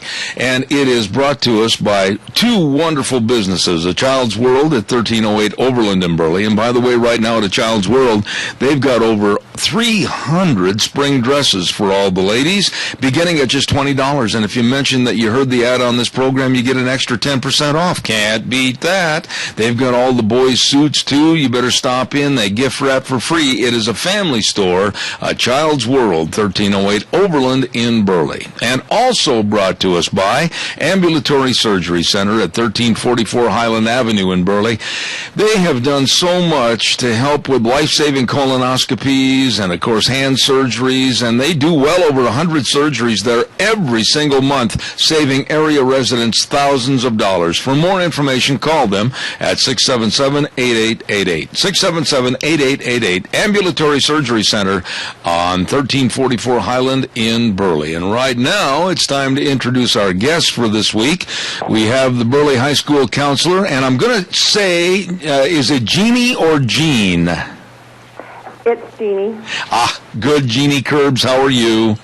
I'm good today, thank you. I understand that you are the Burley High School counselor, and so tell us a little bit about your job, what you do. You get up in the morning and you're telling everybody that they should try to apply for this scholarship, or maybe they need to try to go to this school. Tell us what the counselor really does. You know, mostly we're trying to match students with colleges that meet their needs, because there's so many different colleges out there right now, with junior college, four-year colleges, and then there's a big push in the technical schools that we have out there. So we just try to find the fit that's good for the student with what he wants to study or what she wants to do after high school. You know, Jeannie, I'm going to really be blunt and honest about counseling. I think that back when I was in high school, that there was a little bit of favoritism, and there was a little bit of, oh, yeah, I haven't got time for you attitude by some of the counselors, and they kind of lumped one size fits all. Has counseling changed in the high schools? You know, I think that it really has. I can go back to my experience when I graduated from high school, and, you know, what's interesting is I didn't get the help that I thought that I needed from my counselor to go to school. Mm-hmm. And so as a counselor, I try and meet with every student and try and match their needs and get with everyone no matter what their ability is, no matter what their grades are. If they've got a dream, I want to try and help them fulfill it. So Mr. Bolingbrook is another counselor at the high school with me, and we both try and meet every student's needs that we can at the high school and not show any favoritism to the 4.0 students or the 2.50 students. We want to meet everybody's need and try and get everybody to college and fulfill their dreams as best we can. You know, Jeannie, let me ask you this question. And again, I'll go back to my days in high school back in Wisconsin. I honestly felt like they didn't care. Unless you were a straight A student, we had the feeling that they didn't care and that we were just on the back burner and nobody really wanted to listen to us, our wants, our likes, our dislikes, etc. You really got to be more than just a counselor, don't you? Yes, we do quite a bit more than just the college application process. There's so many more things that kids need us to help them with. And there's so many more responsibilities that are falling within our job description with the new graduation requirements, with the Common Core. We need to make sure that our students are meeting all the requirements the state has put before us to ensure that they can graduate on time with their class. Now, when you sit down, when do you start talking to these kids? You don't start talking to everybody in their senior year, or do you start talking earlier, like sophomores, juniors, trying to get a pattern of where they want to go, what they want to do, that type of thing? Tell us a little bit about how you work with them. You know, we start really in their freshman year, and we talk about their courses. We put together a 4-year plan in the spring of their 8th grade year, and it does get adjusted throughout their high school career, but we talk about planning out the classes that they're going to need to get them to college or to get them to what they want to do after high school, so that we can get all the math in, all the science in, any type of career exploration classes that they want to take while they're at the high school. So we put that into place really early on, and then registration. Every spring we talk about what their goals are, where they want to go, and make sure that the classes that they are taking meet those particular needs. Now, as far as scholarshiping and that type of information, we really start to focus on that during their junior year. We talk about things like, because scholarships are so competitive anymore, that the student really needs to do things to set themselves apart from all the other applicants, and so we really try and encourage them to become involved in extracurricular activities in high school, to also fulfill leadership positions, to do some service, and then to try and keep track of all that information so that when it comes time to apply for the scholarship, they have the information in front of them in their senior year, that it's easier to fill out those applications and make sure that they include all the things that they have accomplished. Basically, and I don't know if this is apropos to say to the students, but, you know, when they get in high school, they become an independent employer, and they are selling themselves because it's all dependent upon what they do in those 4 years of high school as to how they're going to be recipients, possibly of scholarships that are going to help them in their career choice later on. That's correct. They do have to. They have to do everything that they can to make themselves look and stand out from all the other people that are applying for even entrance into college. It's not as easy as it was back when I was doing it. So there's just a lot of factors that become involved in that process. Now, Jeannie, we're at a lack of time, but I want to get some other questions in. What about scholarships? In a weak economy, a slowed down economy, is it harder to provide and come up with various scholarships that might help these kids? You know, we have so many great clubs and groups in our community that offer scholarships to our kids, specifically just at Burley High School. The best place for kids to get scholarships are from the colleges and the universities. But we do our best to provide all the avenues for students to see what scholarships they qualify for and to help them get the applications and apply for them and meet the due dates Kids are kids, and trying to meet the due dates sometimes is a difficult thing for them to do. Mm-hmm.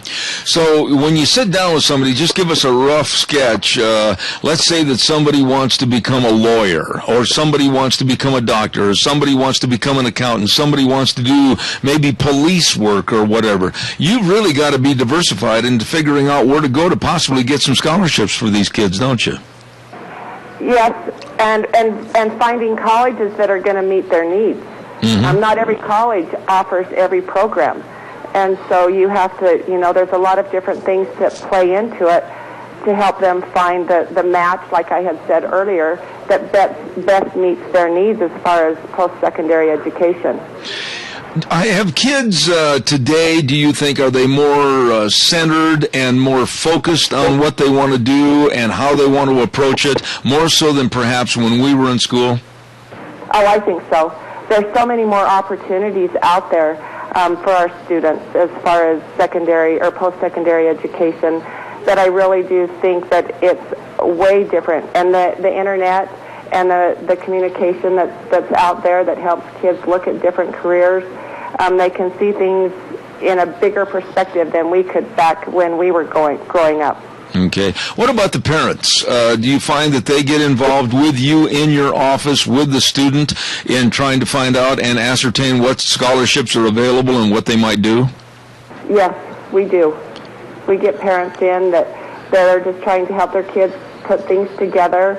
They're very proactive in their approach. And as parents, I just really appreciate that they're involved. Some of our kids, their parents are not involved. And so they're just trying to find their way on their own with a little bit of help from us. But I appreciate the parents that come in and are trying to be an advocate for their student and trying to help them find those things that are going to help them get on with their college education. Well, I'll tell you what, Burley High School in that area is very blessed to have someone like you that really cares. Burley High School Counselor Jeannie Curbs. Jeannie, come back and visit with us again. We'd love to have you back on the program. Okay, thank you very much, and I'd love to come back and do this again. All right, thank you. Have a good day. Thank you much. Okay, you too. Very nice lady, Jeannie Curbs, and she is the Burley High School counselor. And boy, I tell you what, I really wish that the counselor I had could have been fired. He didn't do anything. He just sat there behind his desk and kind of just never looked you in the eye. He just sat there and just, well, what do you want to do? Where do you want to go? And you can tell that Jeannie really gets involved with it, and a good counselor can really help these students, and it sounds like they got some really good ones at Burley High School. Gina is right now, as we speak, I'm sure, trying to get my dear friend Mr. Fred Snook on the phone on behalf of the Salmon Select Horse and Mule Sale, and as soon as she gives me the green light, we'll just introduce him and say, hello, Fred. But I want to also mention, earlier this morning I forgot to have the tip of the coffee cup. I forgot. And best wishes for a great day go to Dr. Ken Turner, a good friend of ours. He's also known as Dr. History.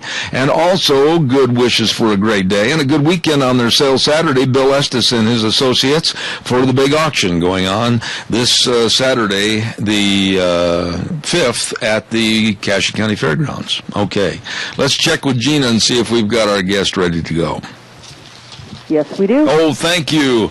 You know, this gentleman that's going to be on the program with me right now, the other day I sat down and I had a chance to really take a look at the sale catalog for the horse sale, and I got to looking at his pictures and I got to reading all about all the past people that were involved and everything and all the history. Fred Snook, I'm going to save this because it's a history book as far as what's going on in the horse world. Fred Snook up at the Salmon Select Horse and Mule Sale. How are you this morning?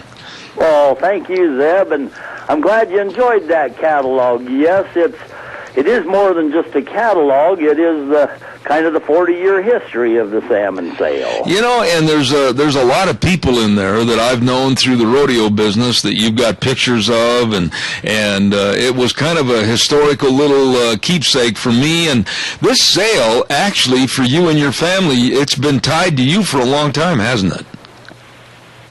1971, yes. Wow.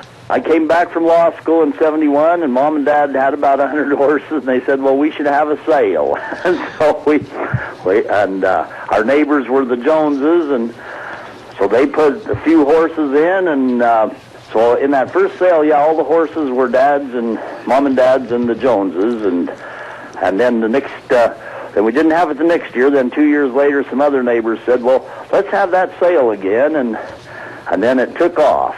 Well, Fred, this thing, since I've known you and did the advertising for you on this program, my goodness, you just keep making this thing into where it's a happening. It's not just a horse and mule sale, it's a happening. Yeah, 5 days. It kicks off Wednesday with a national mule clinic. Mm-hmm. And actually, a person from Iowa is bringing their mule out here to that clinic. Oh, my. Then on Thursday, most all of the horses and mules have arrived by then, and the vendors are all in place. There's about 50 vendors that come from Arizona, Utah, Nevada with all their goods, and we'll have some activities on Thursday, and then we have the big social hour and welcome to the sale party. The Outfitters and Guides put that on, and the state wolf howling and a band and music, and then Friday we really kick off all of the events of the sale and the showings and the ranch horse and the mule race and trail mule competition, and then the actual sale, the big mule sale, Friday night at 6:30. Then more events and barrel racing on Friday, and then Saturday performance showing, roping, trail competition of the horses, and then 140 horses sell Saturday afternoon, and then Sunday we finish it up with a big team roping. Oh, my goodness. I'll tell you, Fred, you need and deserve all the kudos in the world because you have really turned this into a social happening up there at Salmon. Now, what about reservations? Is it too late? I had a call the other day after I did the ad, and a gentleman called and said, what about motel reservations? Are there still availabilities up there? There are a few rooms left. There's rooms on Thursday and a few rooms left Saturday. Friday night is pretty full, but there are a few bed and breakfasts, and we also have a few motels just above the fairgrounds at North Fork that still have some rooms. And I think there are a couple rooms left in the town. If they would just call our office, 756-2125. We'll sure help anybody try to get those last rooms. All right. And we also have free camping there at the fairgrounds, so you're welcome to just bring your own camper or your horse trailer with living quarters or whatever. The county has a 7-acre grass field, and people can just camp there for free. And another lady called me the other day, and she said, well, what about food? My husband and I like to eat at different places to eat, and I bet you've got a lot of food up there at Salmon, don't you? Yes, we give all the food services to our local non-profits, such as the Salmon High School Booster Club, the Senior Class, Salmon Hockey, 4-H, the Museum, Historical Society. All of those groups have different food services out at the sale. All right. Well, I want to tell everybody that this gentleman, Fred Snook, has been a part of our program for the last few years and just absolutely has put together something that is going to be a whale of a good time. It's the 42nd annual Salmon Select Horse and Mule Sale, and it's so much more. Fred, I want to extend to you the very best, and I'm going to keep these programs because they are a historical review. And God bless you for all you're doing. I hope the sale is absolutely successful.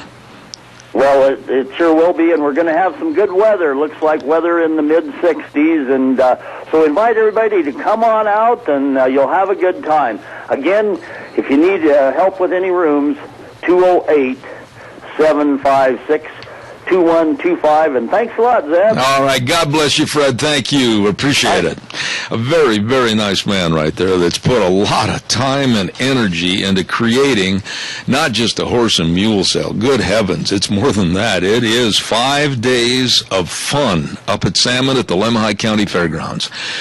We're going to take a little break and come back in just a few minutes, and we have Jim Jonas. Remember, we had Mrs. Jonas on the program with us a couple of weeks ago, and their whole family's involved in the goat business, and it turned into a huge worldwide soap business. We're going to be talking to him in just a few minutes, but we'll take this break and be right back. And now back to Zeb at the Ranch on AM 1230 KBAR. To reach Zeb, call 436-2244 or toll free 1-866-927-4587. And now, here is Zeb Bell. Oh, thank you very much, and welcome back to the last half hour of our program this morning. Zeb Bell, and we're going to have our guest with us momentarily, but I think rather than interrupt the flow of the conversation, we're going to give you the weather forecast real quick.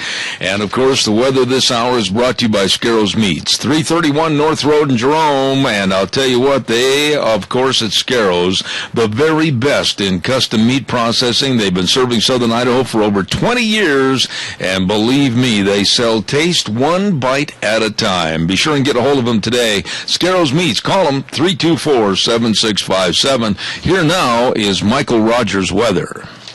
Hello, everyone. Michael Rogers for MichaelRogersWeather.com as we work our way toward the weekend. Let's see some sun and clouds today. That'll continue into tomorrow. Windy for Saturday. Yep, breezy conditions for Saturday and chance of showers on Sunday. 55 for the high today and also for tomorrow. 51 for the high on Saturday. 55 on the high on Sunday. And kind of give you a heads up on the start of the work week. Next week when you walk into Monday, how about sun and clouds? The high of 62 degrees. I say 65 to be on the safe side. Have a great weekend. Enjoy the weather. So what do you got? Thank you, Michael. Brought to you by Scarrows Meats, 331 North Road in Jerome, selling taste one bite at a time. A couple of weeks ago, I had a lady on my program by the name of P.J. Jonas, and their family is absolutely amazing to me because it's God, family, and then their business. And it's kind of like the old Green Bay Packer coach, Vince Lombardi, that said God, family, and the Green Bay Packers. Well, that's this family, the Jonas family. They put God first above everything else, and we have with us on the program this morning the father, the patriarch of the family, Jim Jonas. Good morning, sir. How are you? Good morning, Zeb. Doing very well, thanks. Nice to have you on the program. And how is the weather back in the Midwest this morning? Well, we are getting some pretty good boomers coming through here. We just got a real good line of thunderstorms going through, so hopefully we'll be able to keep power here. All right, well, I certainly hope so. Jim, I've got to commend you. I've read the case history of everything about your family, and in this day and age, absolutely, it's so refreshing to hear about a family that works together, plays together, and stays together. How come? How come you're successful at it and many other people are envious? Well, you know, I got to tell you, it's the first time I've ever been compared to Vince Lombardi. But I really do think that God has his hand on us, and for whatever reason, he's selected us to prosper. You know, it's a tricky thing trying to balance family and business and all this, but we've just been blessed over and over and over again. When you have 8 children, along with you and your wife, you've got 8 different personalities that you've brought into this world and raised up, not counting you and your wife. How in the world do you get everybody on the same page? That is a little bit more like football coaching, actually. I find that each of my children is totally unique, but we do have some very core family values that we all just take to heart, and that is, you know, working hard and not being afraid to get dirty and roll up our sleeves. And you know, no one is too good for any particular job. We have a family rule we call the youngest person rule, and that means that the person who is able to do it, who's the youngest, that's their job. Mm-hmm. You know, whether it's loading a dishwasher or mucking out a stall, as soon as that person is able to do that job, then they take it over. And so that means that everybody's kind of rotated through almost every job that we ever do here on the farm or in the business. And so everybody can appreciate what it takes to get done. Jim, you know as well as I do that there are those factions in our society today that whether it's a farm kid or a ranch kid or whatever, they say, oh, no, you can't have that child work. Oh, he might get hurt. Oh, he can't be around livestock. There might be an injury. I was born and raised on a farm, and we did hard work. We appreciated work. We respected work, and I think it's a real asset for these kids to learn how to do the job. Would you agree? Oh, absolutely, Zeb. You know, you're right. There does seem to be this prevailing cultural idea that work is a punishment, and that, you know, really you need to be doing everything you can do to get out of doing work so you can go play video games or what have you. And we never really bought into that. We've always seen that work is a privilege. It's not a punishment. It's a part of life that really enriches life. And it's not something to be dreaded, but something to look forward to. All the children I have read, and I talked to PJ the first time, they're all homeschooled, and I guess I'm really in admiration. How do you find time or delegate the time or get the time devoted so that they can not only do the homeschooling but also do all the work for the company? Well, that's another kind of balance beam trick there, but quite frankly, we do not do a lot of devoting time or segregating. You know, a lot of folks live very compartmentalized lives. Sunday they go to church, and Monday they go to work from 9 to 5, and you know, the kids go to school, et cetera, et cetera. We really very much do everything all the time. Every day we're coming into the soap room here and we're doing work, but at the same time, we'll take the time to look at a math problem that comes up during the flow of business, or we'll discuss world history around the dinner table. There's just so much that we do that's all kind of laced together. You know, the whole time we're just doing what we can to honor the Lord, and so it's not a compartmentalized thing, which really makes things a lot easier. Jim, how would you rate your children as far as their educations against other children that are daily students at a public school? I mean, give us your honest appraisal of where they are. Well, Zeb, I got to tell you, I was a public school teacher for 7 years. I taught middle school science, and at this point, I've got, I guess, about half of my children have gone through the age level that I taught. And although I taught some very smart kids, I can tell you my kids are not lacking from the time that they spend with us as opposed to time spent in public school. They really know their stuff, and it's very hard to compare because you're dealing with apples and oranges. You know, the public school systems are very much set up to teach a certain curriculum for a certain number of days, and they make sure that they're doing that job by using assessment tests and things like that. We don't really do much of any of that. You know, we're required by the state of Indiana to have a certain number of days of school, and so we do that. But at the same time, we don't have spring break. We don't have summer break. We're just always schooling. Mm-hmm. And my kids really, they know so much about life and how things work. They really understand the world very well. Jim, when you sit down and you write a book about your life, what was the turning point, excuse me, what was the turning point in your thought process that all of a sudden Jim Jonas and his wife PJ said they're going to start a goat farm? Well, we never really intended to have a worldwide goat milk soap business like goatmilkstuff.com has become.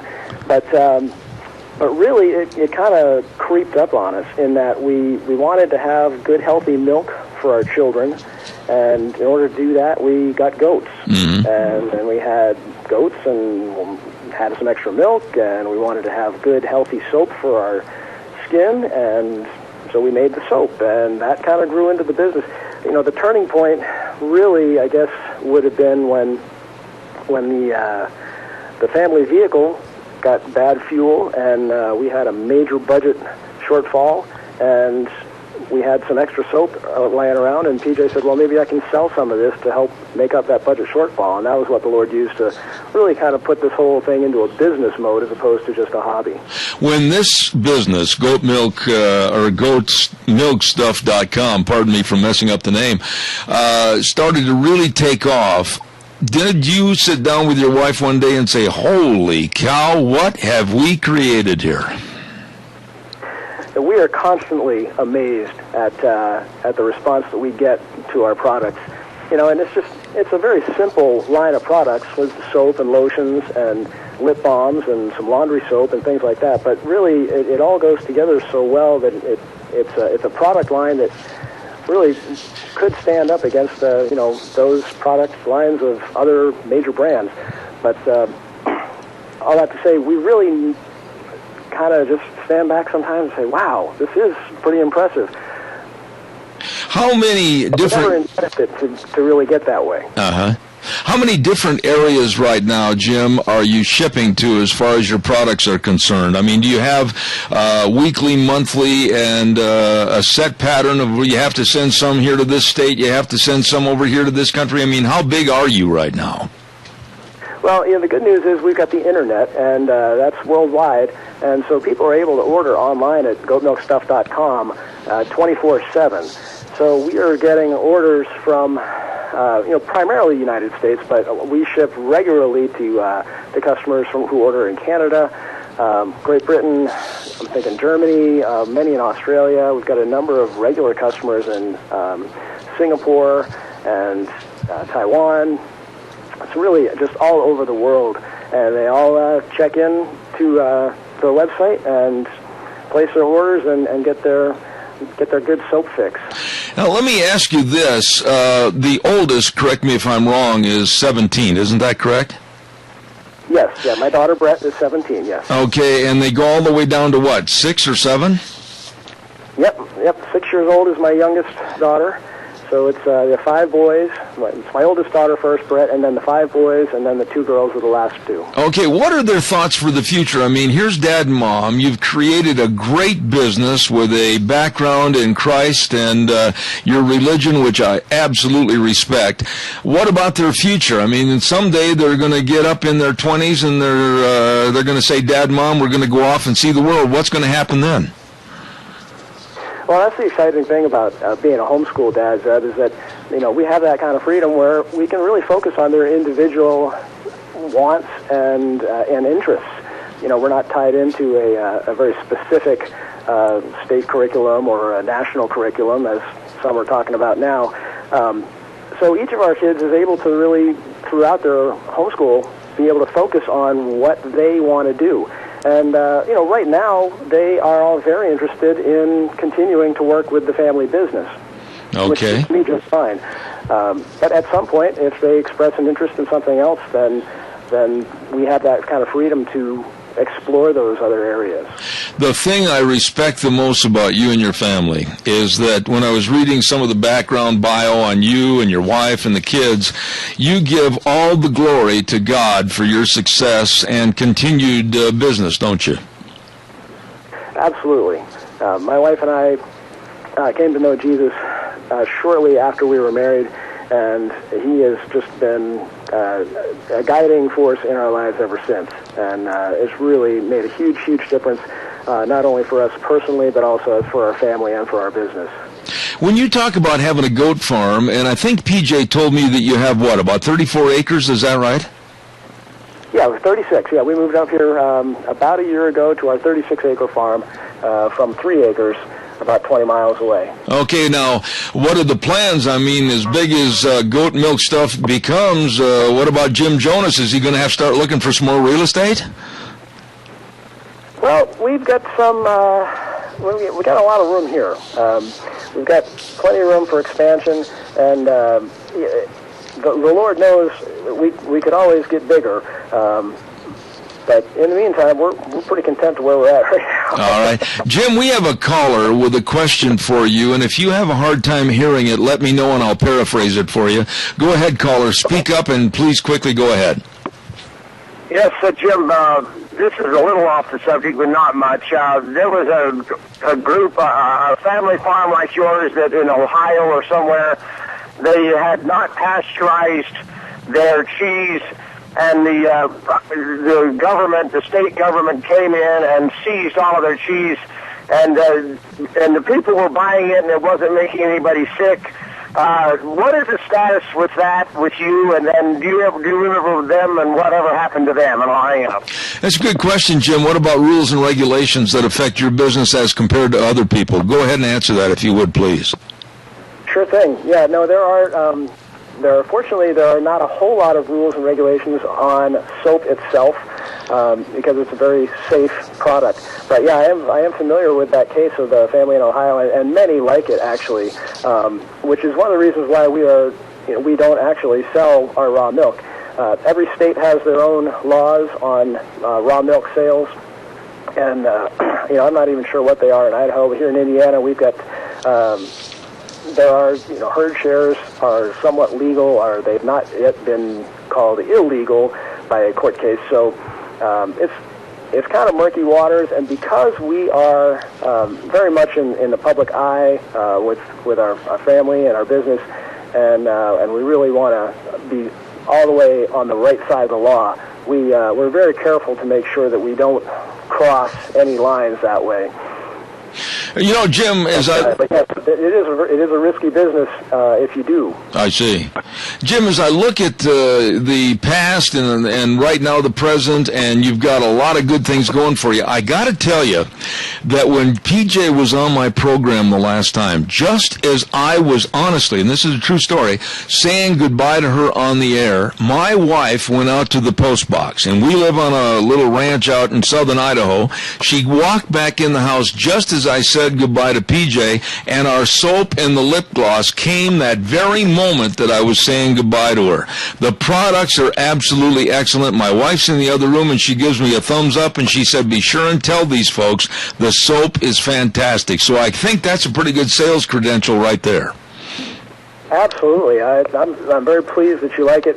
We get such tremendous feedback from our customers, and we have such a loyal customer base that really, really loves the stuff that we're putting out there, the soap and the lip balms and the lotion, things like that. So many people have really benefited from these products. I can't even tell you. We get notes all the time, people saying that they had serious problems with eczema and psoriasis, or like me, they had split fingertips from extremely dry skin, and they try our soaps, and it just does wonders for them. Mm-hmm. I certainly can't say that for everybody, because everyone's skin is different, but boy, what a difference it has made for so many people, and it really just keeps us going, knowing that what we're doing is making such a difference for so many people. Absolutely. Now, are there any other products that you're looking at as far as possibly formulating and making and processing in the future in addition to what you already have? Oh, absolutely. We just rolled out a tooth powder, which is fantastic. I've been using it for a while now, and I really like it. But besides that, my wife, PJ, she has a list, probably about as long as her arm, of things that she would love to get into. We've been married for close to 20 years now, and we've always had this kind of unwritten rule that she dreams it and I do it. So she has plenty of ideas. It's just a matter of me figuring out how we can produce it and scale it and make it all work for the public. Now, do you sit down as a family and have kind of a corporate board meeting and everybody has a vote, yay or nay? I wouldn't say it's quite that structured, but we do have a lot of discussions, at the dinner table and things like that, while the kids are scarfing down their food. We'll talk about the direction of the business, and really that was kind of how the whole business was born in the first place, in that, I was working outside the home, and the kids and Mom were busy working the early phases of the business, and we sat down and said, hey, this thing is really growing, and at this point we either need to bring Dad home and lose the steady paycheck from the job and just kind of jump into this thing with both feet, or we need to cut back and, not take as many orders and just say this is going to just be as big as it's going to get. Mm-hmm. And everybody decided they wanted to bring me home and have me working full-time with the business. And it was a big leap of faith, but the Lord was with us, and here we are. You know, in my business, and I run everything out of my ranch house, I've got a couple of businesses, and you just sometimes have to get away. Does the Jonas family all of a sudden just pack up and get away and get refreshed? What do you do? Well, we do. It is difficult to find a goat sitter, but we do have a few goat sitters that we call upon, and we do. We try to head to the beach every now and again, and generally during the winter months when the goats are all dry and waiting to have their kids, so we're not milking them, then we'll try to get away to some nice warm climate for a little bit of refreshment there, too. I want to say to you and your lovely wife and all of your children, God's blessings to you, because we need more families like yours, and I wish your business, goatmilkstuff.com, the utmost of success. Jim, I'm going to keep all the papers and sometime in the future give you a call and have you back on the program, but thank you so much for sharing with us this morning. Oh, happy to do it, Zeb. Thank you so much. God bless you, and say hello to the rest of the family for me. Sure will. All right. Thank you, sir. Very nice gentleman, Mr. Jim Jonas, with goatmilkstuff.com, and it really was funny. When I had his wife, PJ, on the program that day, just as I was saying goodbye to her and hanging up, Deanne came running in and said, "It's here." The soap was there, and Deanne loves it. It's outstanding, and if you want any other information on that, I'll get that information to Gina, and we'll put it on my Facebook page. Okay, let's talk just for a moment about a great big tire sale. Spring tire sale. All the tires, all the different tread designs are on sale at your Magic Valley Les Schwab Tire Centers, all 7 locations. Really nice people, too, I'm telling you. They can help you find the tires that are right for your style of driving and what you're going to be doing. It might be the Ultra Z900, their best all-season touring tire for your car. It might be for your pick-em-up trucks, light trucks, the Open Country AT2 with 40% more tread life. And maybe you need to have your brakes worked on. They've got excellent brake service. I know firsthand. And, of course, the best in batteries are on sale, shocks and struts and front-end alignments, all of this and much, much more at your Magic Valley Les Schwab Tire Centers with Lane and Rupert, Dave on Blue Lakes and Twin, Mike and Buell, Mike and Jerome, the Twist family and Paul, John on Poline and Twin, and Randy on Overland and Burley. Doesn't get any better. Your Magic Valley Les Schwab Tire Centers. Wow, Gina, what a week. It's been busy. It has been really busy. You scared me. I thought maybe you took off for the weekend already. Well, I'm thinking about it, man. I'm thinking about it. What are you going to do this weekend? Relax, go to Miracle Hot Springs, and probably, and work a little bit. You're going to go to Miracle Hot Springs? Heck yes. I haven't been there, I'll bet you, for dang near 35 years. Oh, it has changed so much. They've done so many upgrades, and so really you've got to check it out. No kidding. Just laying around in the water and thinking about everything but the radio station. Amen, brother. Got to get away. That's what I'm going to be doing this weekend, probably. You know, that family I just talked to, the Jonas family, you've got to admit that we need more of that type of atmosphere. We need to get more back to the basics of family and life and work. They seem like they are so doggone happy together, and I envy them. Well, what I find enjoyable and what I am gleaning from the interviews that you've done with them is they have the ability, and they've worked hard to blend family, their faith, and their business all cohesively together to where it flows smoothly. And I really enjoy their story because it is, it's uplifting. I'm going to get you some of the soap. Please do. Yeah, I'm gonna call Jim and I'll have some sent. Stuff.com, and which, by the way, I already posted that link up on your Facebook page. Good girl, and I'll get some for you because Deanne is not one to be, very high on products until she really sees how they're going to work, and she's tried the soap, and she said, and she will tell you, it is excellent. I'm sure that she has working hands like I do, and that her hands get really, really dry, and sometimes the fingers crack just like mine. So I can see Deanne's hands, and they're probably just pretty much exactly like mine. And I would absolutely love to try some of that soap. I'll get her done. And Gina, great job this week. Deanne, great job. Everybody, great job. God bless you for all your phone calls. Zeb at the Ranch, and we will be back on Monday at 8:06, and we'll be having a lot of important people on the program next week, so don't miss a minute of it. As I always say, the way things were are the way things ought to be. God bless you, folks. We'll see you next Monday.